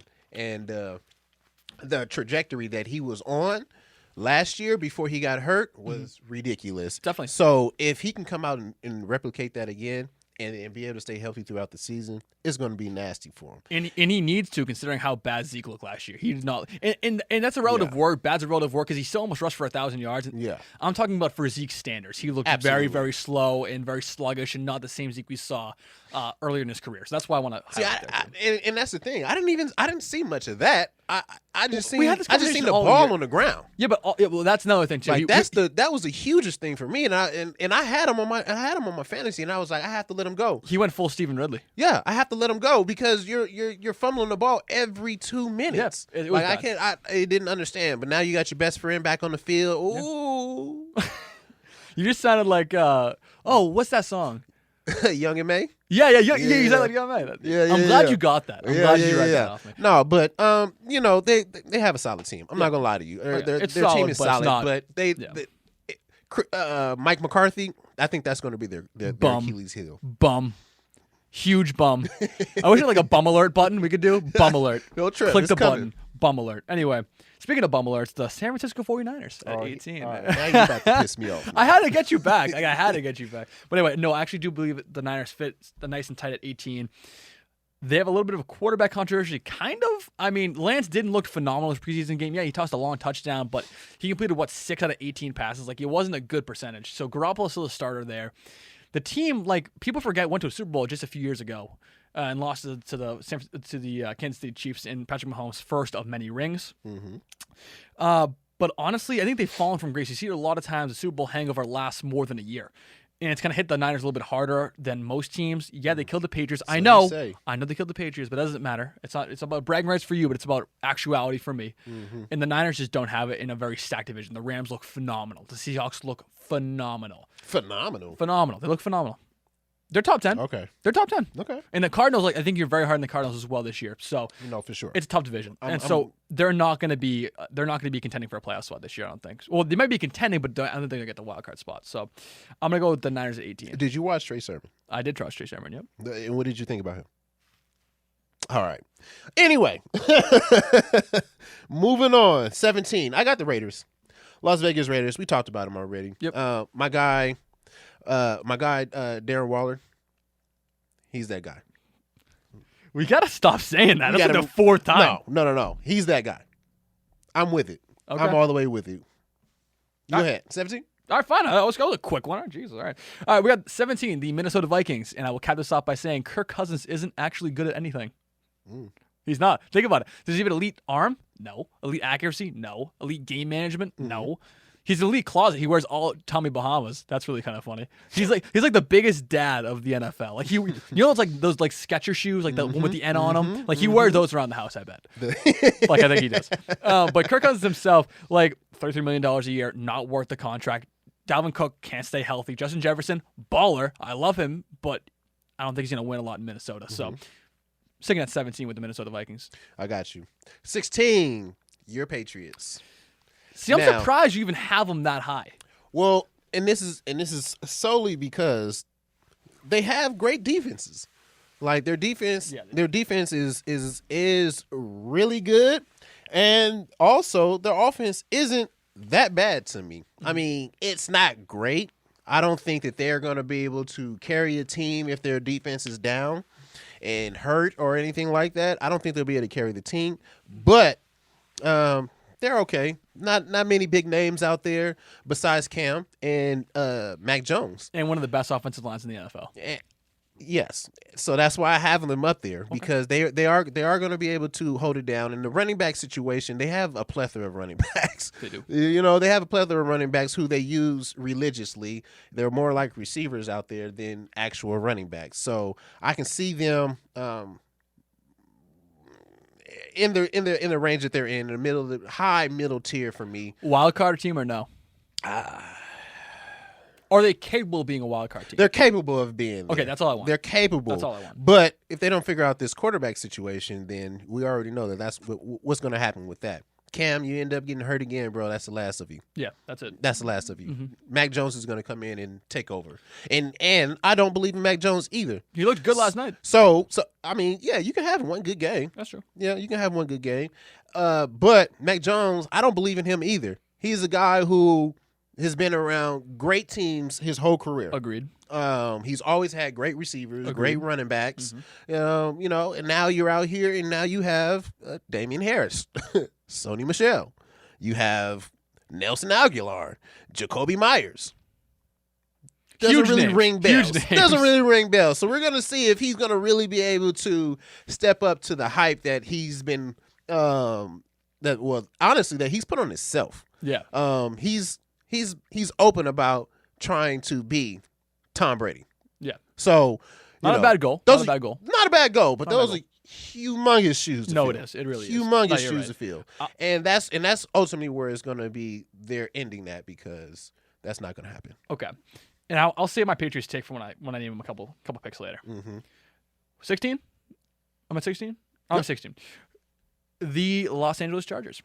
And let me preface this by saying this. Justin Herbert is a phenomenal talent. Like, tossing 35 touchdowns in any part of your career is phenomenal. As a rookie, that's unheard of.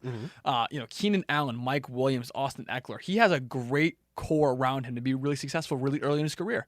They drafted offensive line. Thank God they took Rashawn Slater, which is the number one pick he should be making. Which I said before the draft even started that was literally the number one offensive lineman that should come off the board. What about you guys, Sewell? Yeah, no, Sully? Sully? Yeah, no. What was it? Whatever his name was. Whatever I said. Seal? Yeah. No, but honestly, the team's phenomenal. Defense is still a work in progress. They still have the Chiefs ahead of them right in that division, so I'm not sure they'll be making a lot of headway with that. They gave them a couple close games last year. I'll tell you that, though. 2 games a year, they made them both close. Absolutely. So they're almost there, just not there yet, and that's why they're at 16. They're peeking over the sunrise. They're almost over that top half of teams, right? But still have some work to do. Right. 15, I have the Pittsburgh Steelers. Now, you're not high on them, and you're really not high on Ben Roethlisberger. He's a bum. He's also a horrible human being. He might be a horrible human being, but people grow, That's and true. they change their lives. So that's true. We can't hold that against him his whole life. I mean, maybe just a little bit, because there are certain things like when you start beating on women and stuff like that. That's, he should be in jail. That's a little bit different. I don't condone that at all. Yeah. But you can change and you can get better. Yeah, true. So with that being said, I am high on Ben Roethlisberger. He is a legend. He's not in his prime, but he can still throw the ball. Agreed. Last year he was hurt. Let's be real. He was hobbling out there. His arm was hurting. It wasn't looking good for him, but he was still going out there making plays for his team. Did all of his receivers do him justice? No, not really. James Washington, he was dropping balls. Dante, what's his name? Dante Johnson, he was dropping balls as well. The only guy that was out there that was doing well was Chase Claypool, which I think he's going to come out and have Canada's finest. Have another amazing season coming up. So I'm high. I'm actually high on the Pittsburgh Steelers, being that you're real high. I think they're gonna be good. They're always going to have a great defense. I personally believe that they're always going to have a great defense. So going up against teams who, like the Baltimore Ravens, who are known for running the ball, which they sound like they're going to try to pass it more a little bit this year, I don't believe that that's going to really work out for them, and they're going to end up inadvertently going back to the run game, and that's going to play right into the Steelers' hands. Yeah, so I can see that. I can see the Steelers still holding their own. Najee Harris, he looks good. He might be to me, I would say he might be the next Jerome Bettis if he's able to work hard and put the time in that he's obviously doing right now, because he's showing great strides. The defense is looking amazing, though. Fair enough. 15. This is one of your sleeper teams, I think. The Arizona Cardinals. Kyler Murray started off last year with a bang, looked phenomenal, and had a great time early in the year. Come mid-season, he was once an MVP candidate for the year. And just starts slipping down a very, very slippery slope. Plays the Patriots and loses in Gillette. They were commanding that lead in the first couple quarters, and then he goes downhill.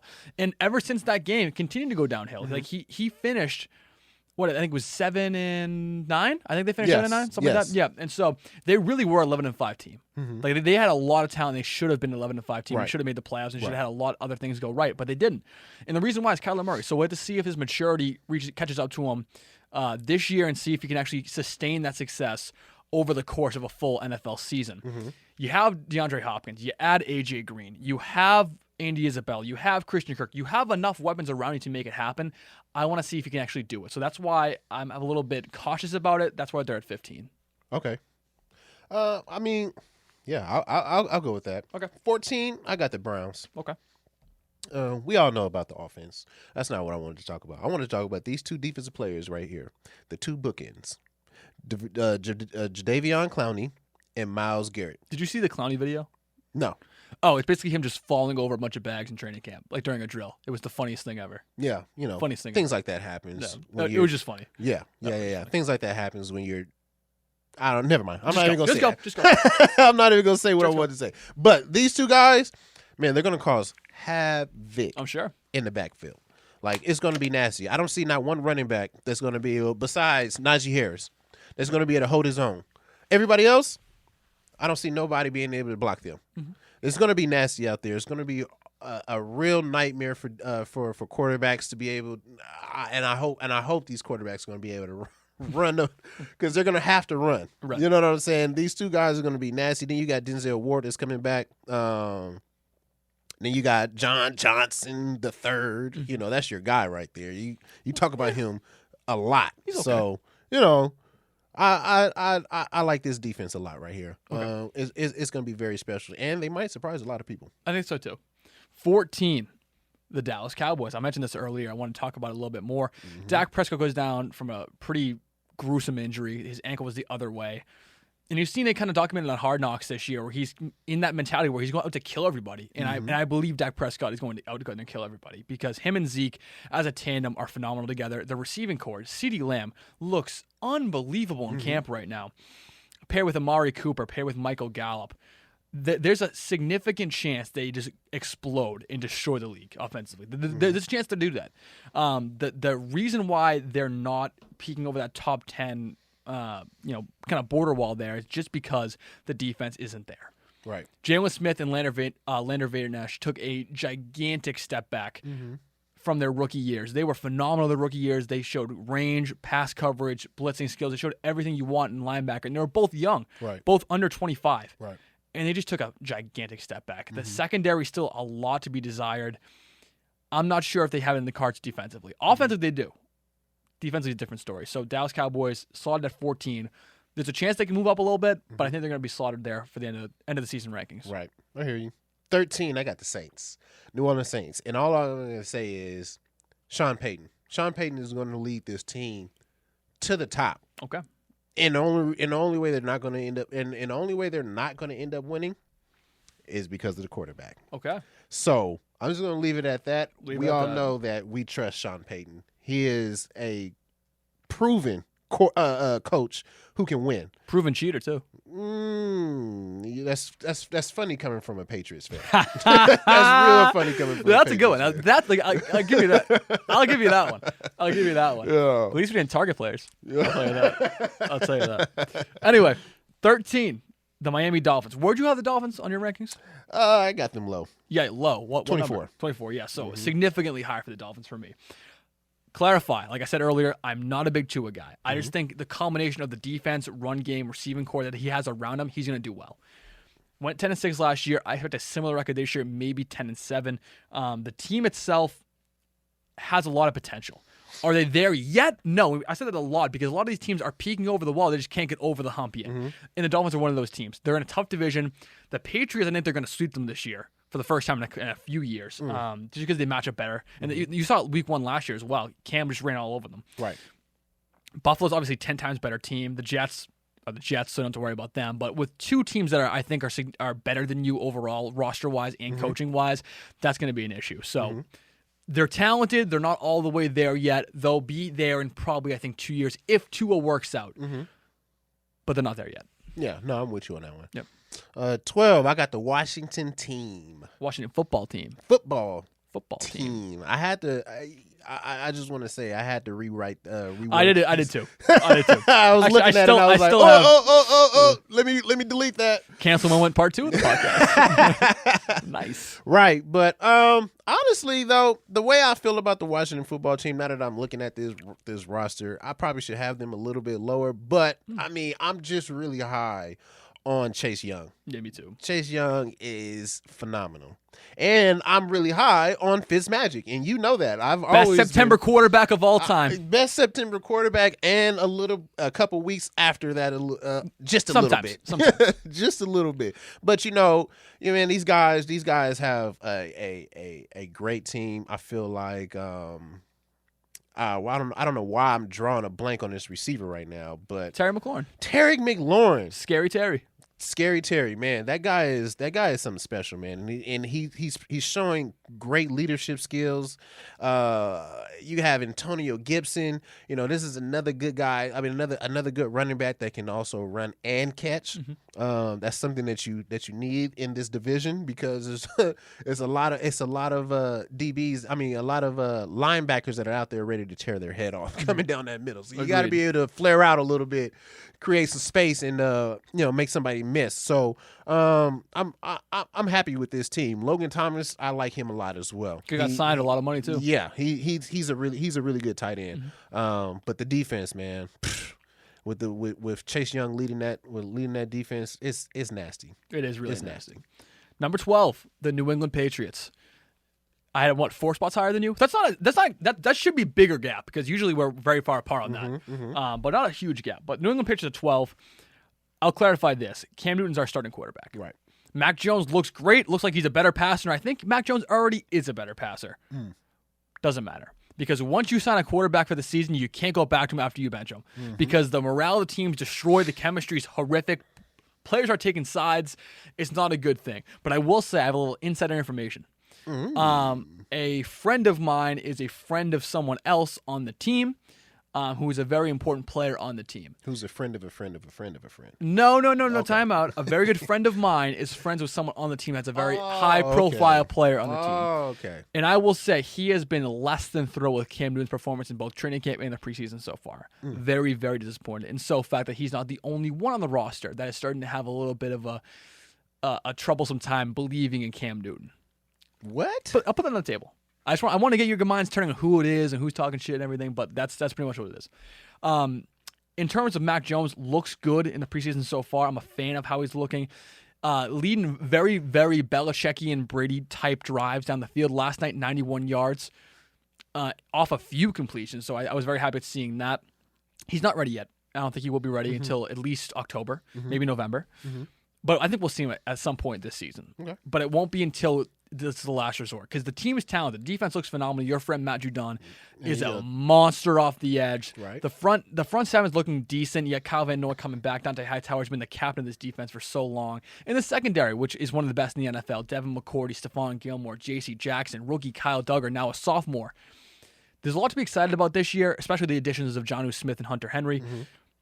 They're at 12. They're going to beat Miami twice. They're going to beat Buffalo at least once. They're going to sweep the Jets. They're a wild card team for me right now. And I don't want to guarantee anything, but I think they're 95% chance of making the playoffs this year. 95%. I don't want to guarantee nothing, but I'm gonna give you 95.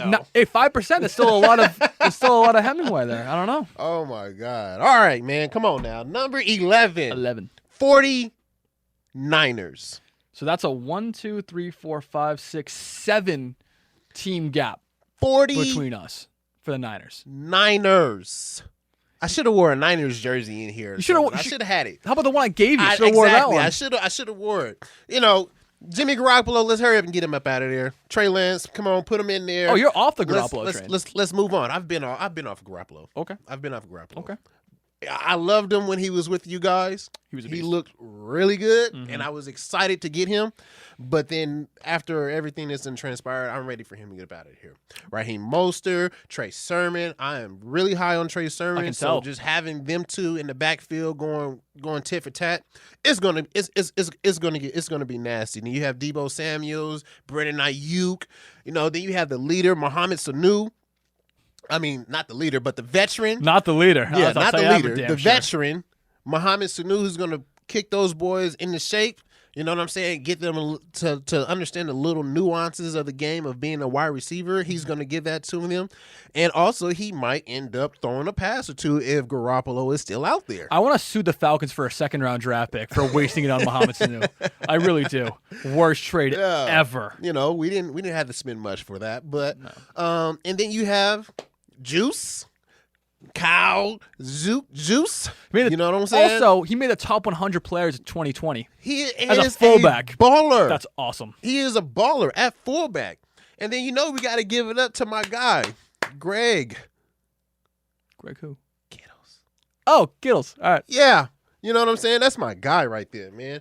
He likes Stone Cold Steve Austin. I like Stone Cold Steve Austin. You know what I'm saying? Who doesn't though? Like, you who know, doesn't? everybody likes Stone Cold. I'm pretty sure of that. But I have him at 11. They would be a lot higher, but we were hurt last year. Still beat the Patriots. Here come the excuses. Here we go. I'm just saying we beat the Patriots though. You did. No, you did. So you know, I have him at 11, but I'm sure that this is going to be an exciting year, and we also have a really good special teams kicker. You do. You do. All right. 11. Where'd you have the Colts? Where do I have the Colts? Where'd you have the Colts? This is probably the biggest gap Let's of all look of us. all the way down here. Yeah, this is the biggest gap we're going to have on this power rankings. 19. Yeah, I have him at 11, literally peeking over the top 10 wall. And we talked about this before. I mean, I already mentioned the Colts. I'm betting on Carson Wentz to be healthy and to be a manageable game quarterback, and I think he can do that. Jonathan Taylor's a workhorse running back with Naeem Hines in the backfield there as well. A lot of flexibility. Zach Pascal burst onto the scene last year as a receiver. I'm a big fan of him as well. Jack Doyle is good. Defense is phenomenal, led by Darius Leonard. I think they have good shots to not only win the division, but win the AFC. And that might be a little bit bold of me to say, but they're almost guaranteed a playoff spot. So I'm going with the Colts at 11. You just said guaranteed? A playoff spot, yeah. Wild card or division winner, yep. The AFC isn't that strong besides the North. It's not, but I hear you. Number 10, I got the Chargers. Now, top 10, baby, top 10. This is probably going to contradict all the rest of the picks that I have. Probably, yeah. Because I am extremely high on the Chargers. They went through a couple injuries last year, but this guy, Justin Herbert, along with his receiving core and running back stable, is bar none top 10. Quarterback? No. I'm talking about just the stable. Oh. Of the combination of quarterback, running backs, and receivers. It's top 10 that much. for sure. Okay. Like, these guys can literally change the outcome of a game if you just get them on the field. Right. The defense was lacking a little bit last year. They're still a top team. They're still a top defensive team, but they fell off a little bit during the middle of the season, and which really hurt them, along with the injuries. So it's a little hard for me to put them higher than 10. But I feel like they can make a real run. Yeah. These guys are something, are nothing to play with Keenan Allen, Justin Herbert, Austin Eckler. Like, these guys they don't play. Yeah, like they don't play. They're nasty. I got you. All right. The start of my top 10. This is a holy grail of lists right here. They're lucky to be on this list. The Washington football team. They have the best front seven in football. Absolutely. Bar none. Montez Sweat, Chase Young. Wow, I named two guys and I said the best front seven in football. No, but seriously though, they're a phenomenal defense. The secondary has gotten so much better, especially in recent years. And even this last offseason made significant strides. In terms of the offense, Ryan Fitzmagic, great in September. I think Taylor Heineke might make a shot at that running in October and November. I really do think that's a possibility. He showed me a lot last year. Almost took down Tom Brady in the playoffs. That's not an easy task to do. And I think the team overall is going to rally around the run game. Antonio Gibson and J.D. McKissick are a phenomenal 1-2 punch at the running back position. Terry McLaurin now brings in his former college teammate, Curtis Samuel, who was a speed demon coming out of Carolina, and I'm glad they ended up coming together and being a tandem in the NFL as well, because they have a lot of talent, a lot of continuity, and a lot of chemistry to work with. It's going to help Fitzmagic out a lot, or Taylor Heineke, depending on what happens. Adam Humphries is a slot guy, is a great move as well. And like you said, you had Logan Thomas as well.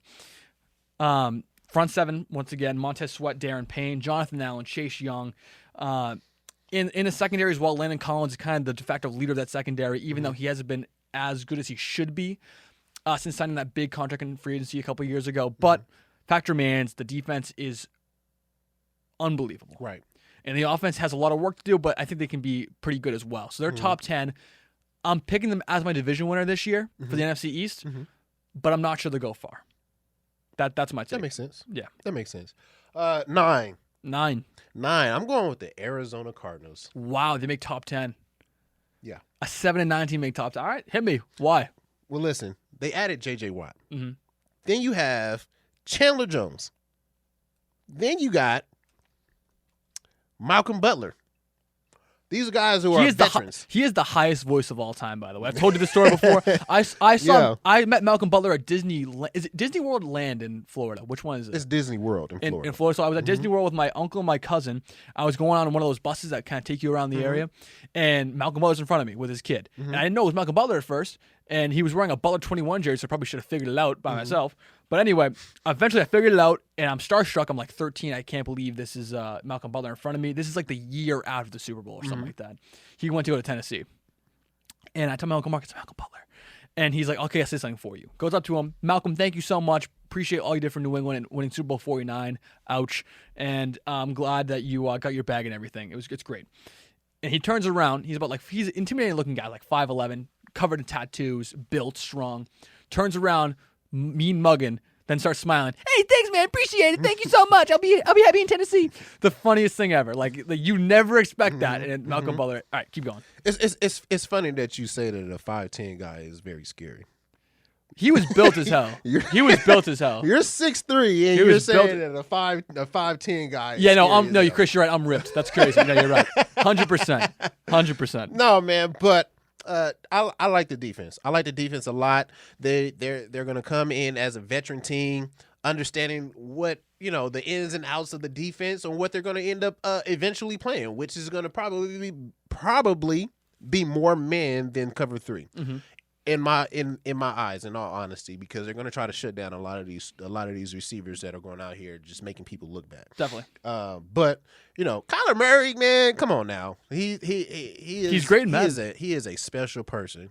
He is definitely a special person. Then you have Hopkins, AJ Green, Christian Kirk, who actually looks really good right now. He looks really good. I like him a lot.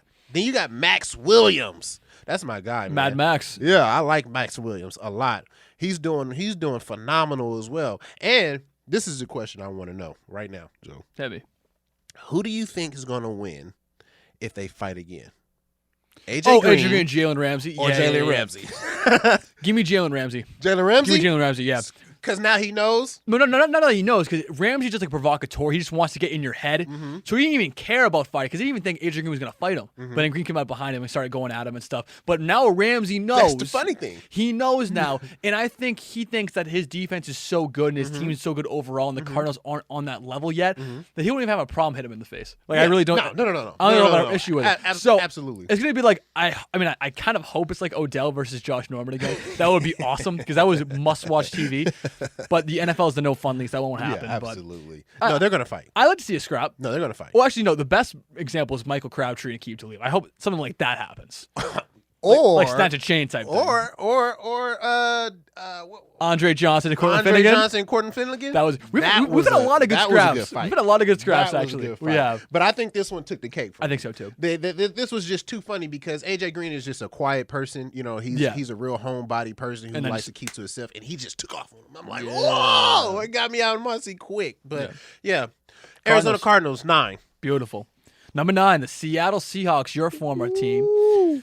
Russell Wilson is that dude. Has been that dude for a few years now. The team is finally coming around him healthy and poised to make a run. DK Metcalf and Tyler Lockett are one of the best tandems for receivers in football. Also, shout out to Tyler Lockett for appearing on Stafford and Matthews. Our this is like the 8th episode? 5th. Something like that, 5th episode. 5th. Great guy to talk to as well. Great interview if you want to check that out as well. Tyler Lockett. And the thing about it is DK Metcalf and Tyler Lockett are so polar opposite, it works perfectly because you really can't have the same guy cover both, which is great to hear as well. You lose David Moore. That's kind of a blow for your middling part of your receiving core. I think Russell will be fine. The running back stable is solidified. The defense is looking great. You just signed Jamal Adams to a long-term extension. They're going to be good. They're going to be up there with the Rams for that division this year. I'm guessing they're probably going to be more of a wild card team if I had to guess right off the bat. But the team has so much talent that they should be winning more than they did. The Rams beat them last year in the wild card spot. The defense just let them down. And it was a low-scoring game regardless, so it wasn't like it was an offensive explosion from the Rams either. Right. But they got to do better a little bit. I think they will do better because I think Russ is sick of – I think Mr. Unlimited is sick of being limited. So we'll see what happens. Absolutely. Okay, number 8. I got the Los Angeles Rams. Los Angeles Rams. I am super excited. I've never been this excited for LA teams ever in my life, to be honest with you. That's the reason why I am a 49er fan. Right. So this is exciting. You have Matthew Stafford, who I've been saying is extremely underrated. Only because he was with a terrible team who awful allowed not one, but two Hall of Fame players retire early in their career. Yep.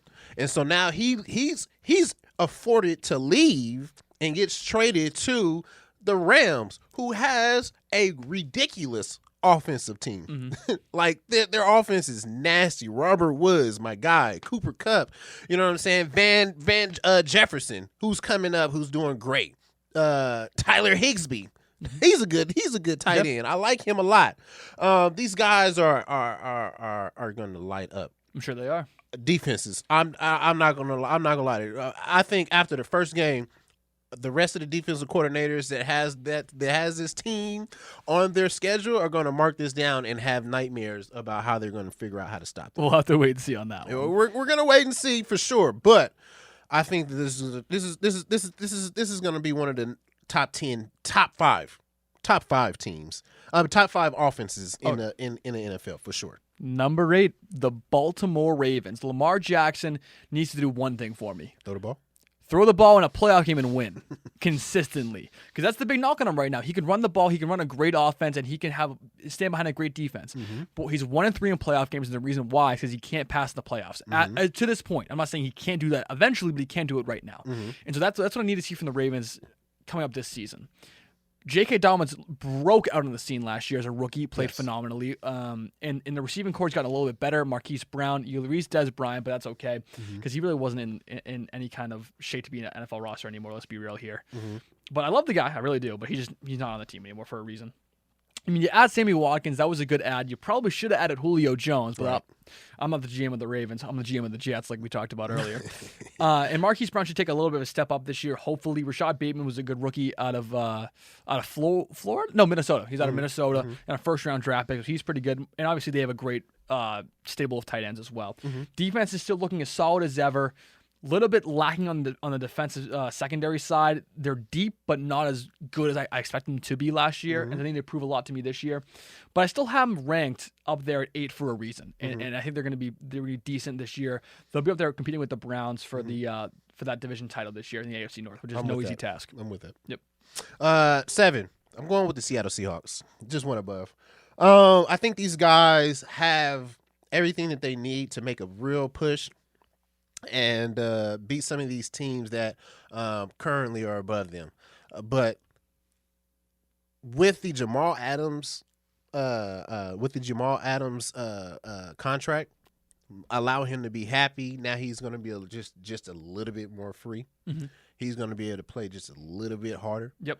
He's going to revamp that defense, whip him back into shape. I'm a huge fan of Bobby Wagner. He is an ultimate pro.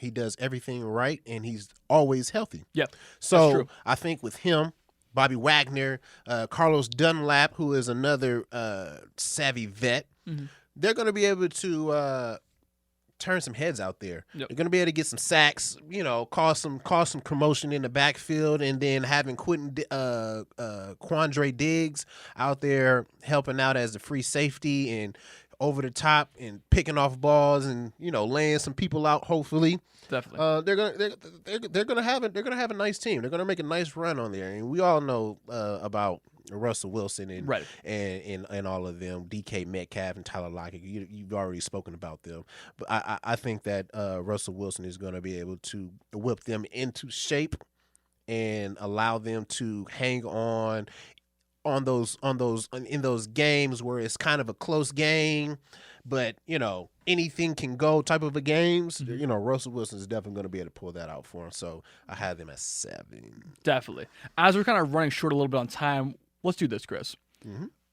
We have I have 7 left. You have 6 left, right? Mm-hmm. Let's go rapid fire down the line. Rapid fire? Yep. Okay. Rapid fire down the line, and we'll talk about it afterwards. So I'll go from 7 to 1. You go from 6 to 1. Ready? 6 to 1? Yep. Go. All right. 7, I got the Browns. 6, I have the LA Rams. 5, I got the Green Bay Packers. 4, the Titans. 3, I have the Bills. This is gonna piss people off. 2, I have the Tampa Bay Buccaneers, and 1, I have the Kansas City Chiefs. And I want to kind of give a little breakdown of all of them really, really quickly and briefly. The Cleveland Browns are one ahead of the Ravens because they have a better run game, even though they don't have Lamar Jackson. Kareem Hunt, Nick Chubb are the best 1-2 combo in the NFL, bar none. And I think they have a solid defense, headlined by, like you said, the bookends, Jadeveon Clowney and Myles Garrett, and secondary led by Denzel Ward. And John Johnson, the free agent pickup from the Rams, is going to be a huge help. So they're my pick for the division for the AFC North. The LA Rams, Uncle Matt Stafford coming in, is going to sling the ball all over the goddamn field. And I really wish that Cam Akers didn't get hurt in the offseason and tear his Achilles, because with him in this offense, they would be legitimate Super Bowl contenders. I would have had them a lot higher. Yeah, they would be legitimate Super Bowl contenders. And without that, it stinks. Are they out of the contention? Not yet, no. But it makes it a hell of a lot harder to be a Super Bowl champion without that running back there. And Darrell Henderson, yeah, he's okay, but not to the level of Cam Akers like he was down the stretch last year. Right. Coming out at 5, the Green Bay Packers, your boy Aaron Rodgers and Randall Cobb reunited. This is the last dance, folks. This is the last chance for Aaron Rodgers and Green Bay to win a title together. And I think they're going to make a really goddamn close run on it. I really do. And the defense is still not great, but Jair Alexander is really holding it down by himself in that secondary, along with Adrian Amos, I guess, apparently. Alexander's phenomenal. He's a great talent. I love seeing him suit up for that green and yellow. The team, I think, is going to finish at the top of the NFC North. They're going to make it to at least the conference championship. It's up to Aaron Rodgers and the rest of that team if they can will themselves to be in the Super Bowl at least one more time before he departs. The Titans at 4, add Julio Jones. He doesn't really change their game plan. It really doesn't. I'm sorry. Julio Jones is a phenomenal talent, but they're still going to run the ball. That's what they're going to do. I made the joke a couple of weeks ago. 3rd and 10, you got A.J. Brown and Julio Jones. Who are you giving the ball to? I said neither. You're running the ball with Derrick Henry. And that's Mike Vrabel's game plan. It's going to be the game plan continuing on for the rest of the time he's head coach. And so that's what I'm thinking. That's what I'm thinking that they're going to be doing for the rest of the year. They have a great team. They're better than the Colts, better than the Texans, better than the Jaguars. They're going to win their division, and I want to see how far they can go in the playoffs. Right. Bills at 3, Josh Allen looks great in shorts and is phenomenal at throwing the football. He has the strongest arm in the NFL, I think stronger than Patrick Mahomes. Defense looks great. Stephon Diggs looked unreal last year in his first year as a Buffalo Bill. They're building on even more progress than they had last year. They lost in the AFC Championship game against Patrick Mahomes, but I think they might challenge the Chiefs this year for the crown of the AFC. Oh, really? The Tampa Bay Buccaneers at 2, and people are going to be pissed because I'm a Tom Brady stan. I love the guy to death, and they returned every starter from the Super Bowl season. I get it. I really do get it. But unfortunately, they don't have the talent or longevity that Patrick Mahomes has at his disposal. And that's the reason the Chiefs take the top spot for me, is because Mahomes just has that youth on his side. And there's always going to be a cliff that Brady's walking the line of. And we'll have to see if this year he finally falls off. I'm not sure he will, but it's a distinct possibility he might fall off the cliff this year. So let me ask you this. So are you more of a Tom Brady fan than a Patriots fan? No. I'm a homer. Patriots fan over Tom Brady. Oh, okay. If I go to the game this year, I'll cheer for Brady when he comes out the tunnel, like everyone else. Might even cry a little bit. But as soon as he steps on the field for the other team, I'm booing the hell out of him. Yeah, you're lying. You know what? I'm consistent. All right, give me your final 6. All right. You said I'm going from what? 6 to 1. Give me your All final right, 6. 6. I have the Ravens. 5. I have the Bills, and those two for me are really they're neck and neck. They could they're neck and neck, and they could be higher for me. To be honest with you, in all honesty, it could really be higher for me. But I'm gonna have them there because I still have reservations on some of the literally some of their play on offense. We know that the Bills are extremely talented on offense, but yes, they do still have lackluster games when they start off, and then they try to fight back at the end and throwing ridiculous passes with Josh Allen and his ridiculous arm. Right. The Ravens, we all know that they're gonna run. We all know that they're a running team, but like I said, they're gonna try to pass the ball. That's what they've been saying this whole time, which I think that they're blowing smoke up on up people's ass, and I personally don't believe it. But let's just go with what they're saying, that they're gonna throw the ball, and then once they figure out that they don't have much to go off of, and Lamar Jackson starts running the ball and he's successful at it. They're going to actually ultimately start going back to running the ball. And that's where they're going to start running into problems with teams like the Steelers, like I said before. I had the Titans at 4. This team is that team is loaded. It is. They kind of look like the Monstars to me, to be honest with you. They really do. That's the look Chiefs, like the come on. Monstars. And I'm talking about the Jordan era Space Jam Monstars. Mm-hmm. You know, that's what they look like to me. Their defense is amazing. Adding in Julio Jones is only going to make it that much harder for defenses to really play. I mean, really to key in on the run, because they all know that at the end of the day they're going to run the ball. Right. But it is a mind game as well. So you're going to have to guess, which one are you going to take? Are you going to take the run game, or are you going to take away the pass game? Take the run game away every time. You should try. You should definitely try. You want to bet against Ryan Tannehill, not Derek Henry. Yeah, absolutely. Yeah. So I got Titans at 4. Bucks. I got the Bucks at 3. They returned all their players. They haven't lost a step. So only thing that I'm banking on is age, age and wherewithal. So hopefully they, for me, I would say personally that they start falling off early. They start falling off early because of Tom Brady. Don't start with me, Chris. Keep going. And then my Niners move up, and ultimately I think the Chargers are going to be ahead of them. So that's what I think is going on with them. Now, 1 and 2, Chiefs, Packers. Who's won? Chiefs. Okay. I'm gonna say the Chiefs because these guys are ridiculous. Travis Kelce is a man of his own out there. To be honest with you, I don't even think they have backups for him. That's how durable he is, right, and good he is, to where they don't even have to worry about picking somebody else up after him. But you know who else I like? That's not on the Chiefs, but they're on the Packers. Who? That's a tight end. Who? Robert Tonyan. He's a good player. He's really good. I didn't really know him before last year, and he kind of burst onto the scene. Exactly, and him working out with Travis Kelce and his protege Kittles. Yep. At the tight end university or whatever they called it this offseason, where they had all the tight ends out there, he's probably going to make leaps and bounds this year. Okay, and then the fact, like you said, Aaron Rodgers is out here. He's motivated. He has his boy back with Randall Cobb. He's going to be out there slanging that ball. And Robert Tonyan is going to get the ball because he was without when Devontae Adams was being double teamed and they didn't have much to go off of. He was throwing it to Robert Tonyan. Right. And he was being and Aaron Rodgers was surprised every time he threw the ball to him and he came down with it and made the yak off of it. Right. So I'm high. I think the Packers have a really, really, really good shot. And I'm not just worried about the last stand. I just think that they have a really good team. Defense still needs a little bit of help on the back end with regards of the passing game, not the running game. I think they have the running game on down solid, but the passing game, they're going to need a little bit more help. So I'm just interested to see what they do with that. But yeah, Packers at 2, Chiefs at 1. And that concludes Stafford and Matthews Power Rankings for Season 2. We've come a year. Thank you guys so much for sticking with us for almost a year. It's unbelievable support for me and Chris. We thank you. We love you guys so much. And we'll have a lot more live content like this coming down the stretch. Me and Chris are hoping to go to the Combine together and the draft together. And we had some great content this week as well with the golfing. And intern Kev's coming down tomorrow. We're going to play some golf with him. Kev, what's up, man? There we go. We miss you, Kev. But it's going to be a great, great year for Stafford and Matthews. I want to say thank you for sticking with us for so far. We mentioned we do our predictions. I don't think we have time for that. We'll save that for next episode. And we'll tease you with that a little bit. But Chris, I want to say thank you for coming out, man. I really do want to say thank you for coming out and being such a good friend and great mentor and everything. I really do appreciate it. I appreciate it. You don't want to touch my hands right now. Give me a oh note. God, there we go. He's been over there sweating away, huh? I'm saying.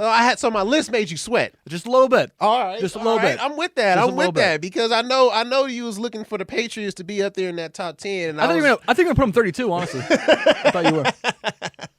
Yeah, man. But I like I said, Joe, I appreciate it, man. Anytime, man, I'm gonna come out here.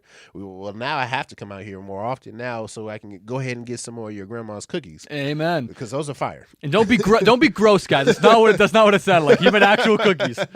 Nasty ass. Okay. That wraps up Stafford and Matthews episode 33, start of season 2. We appreciate you guys so much. We love you guys, and we'll see you very, very soon.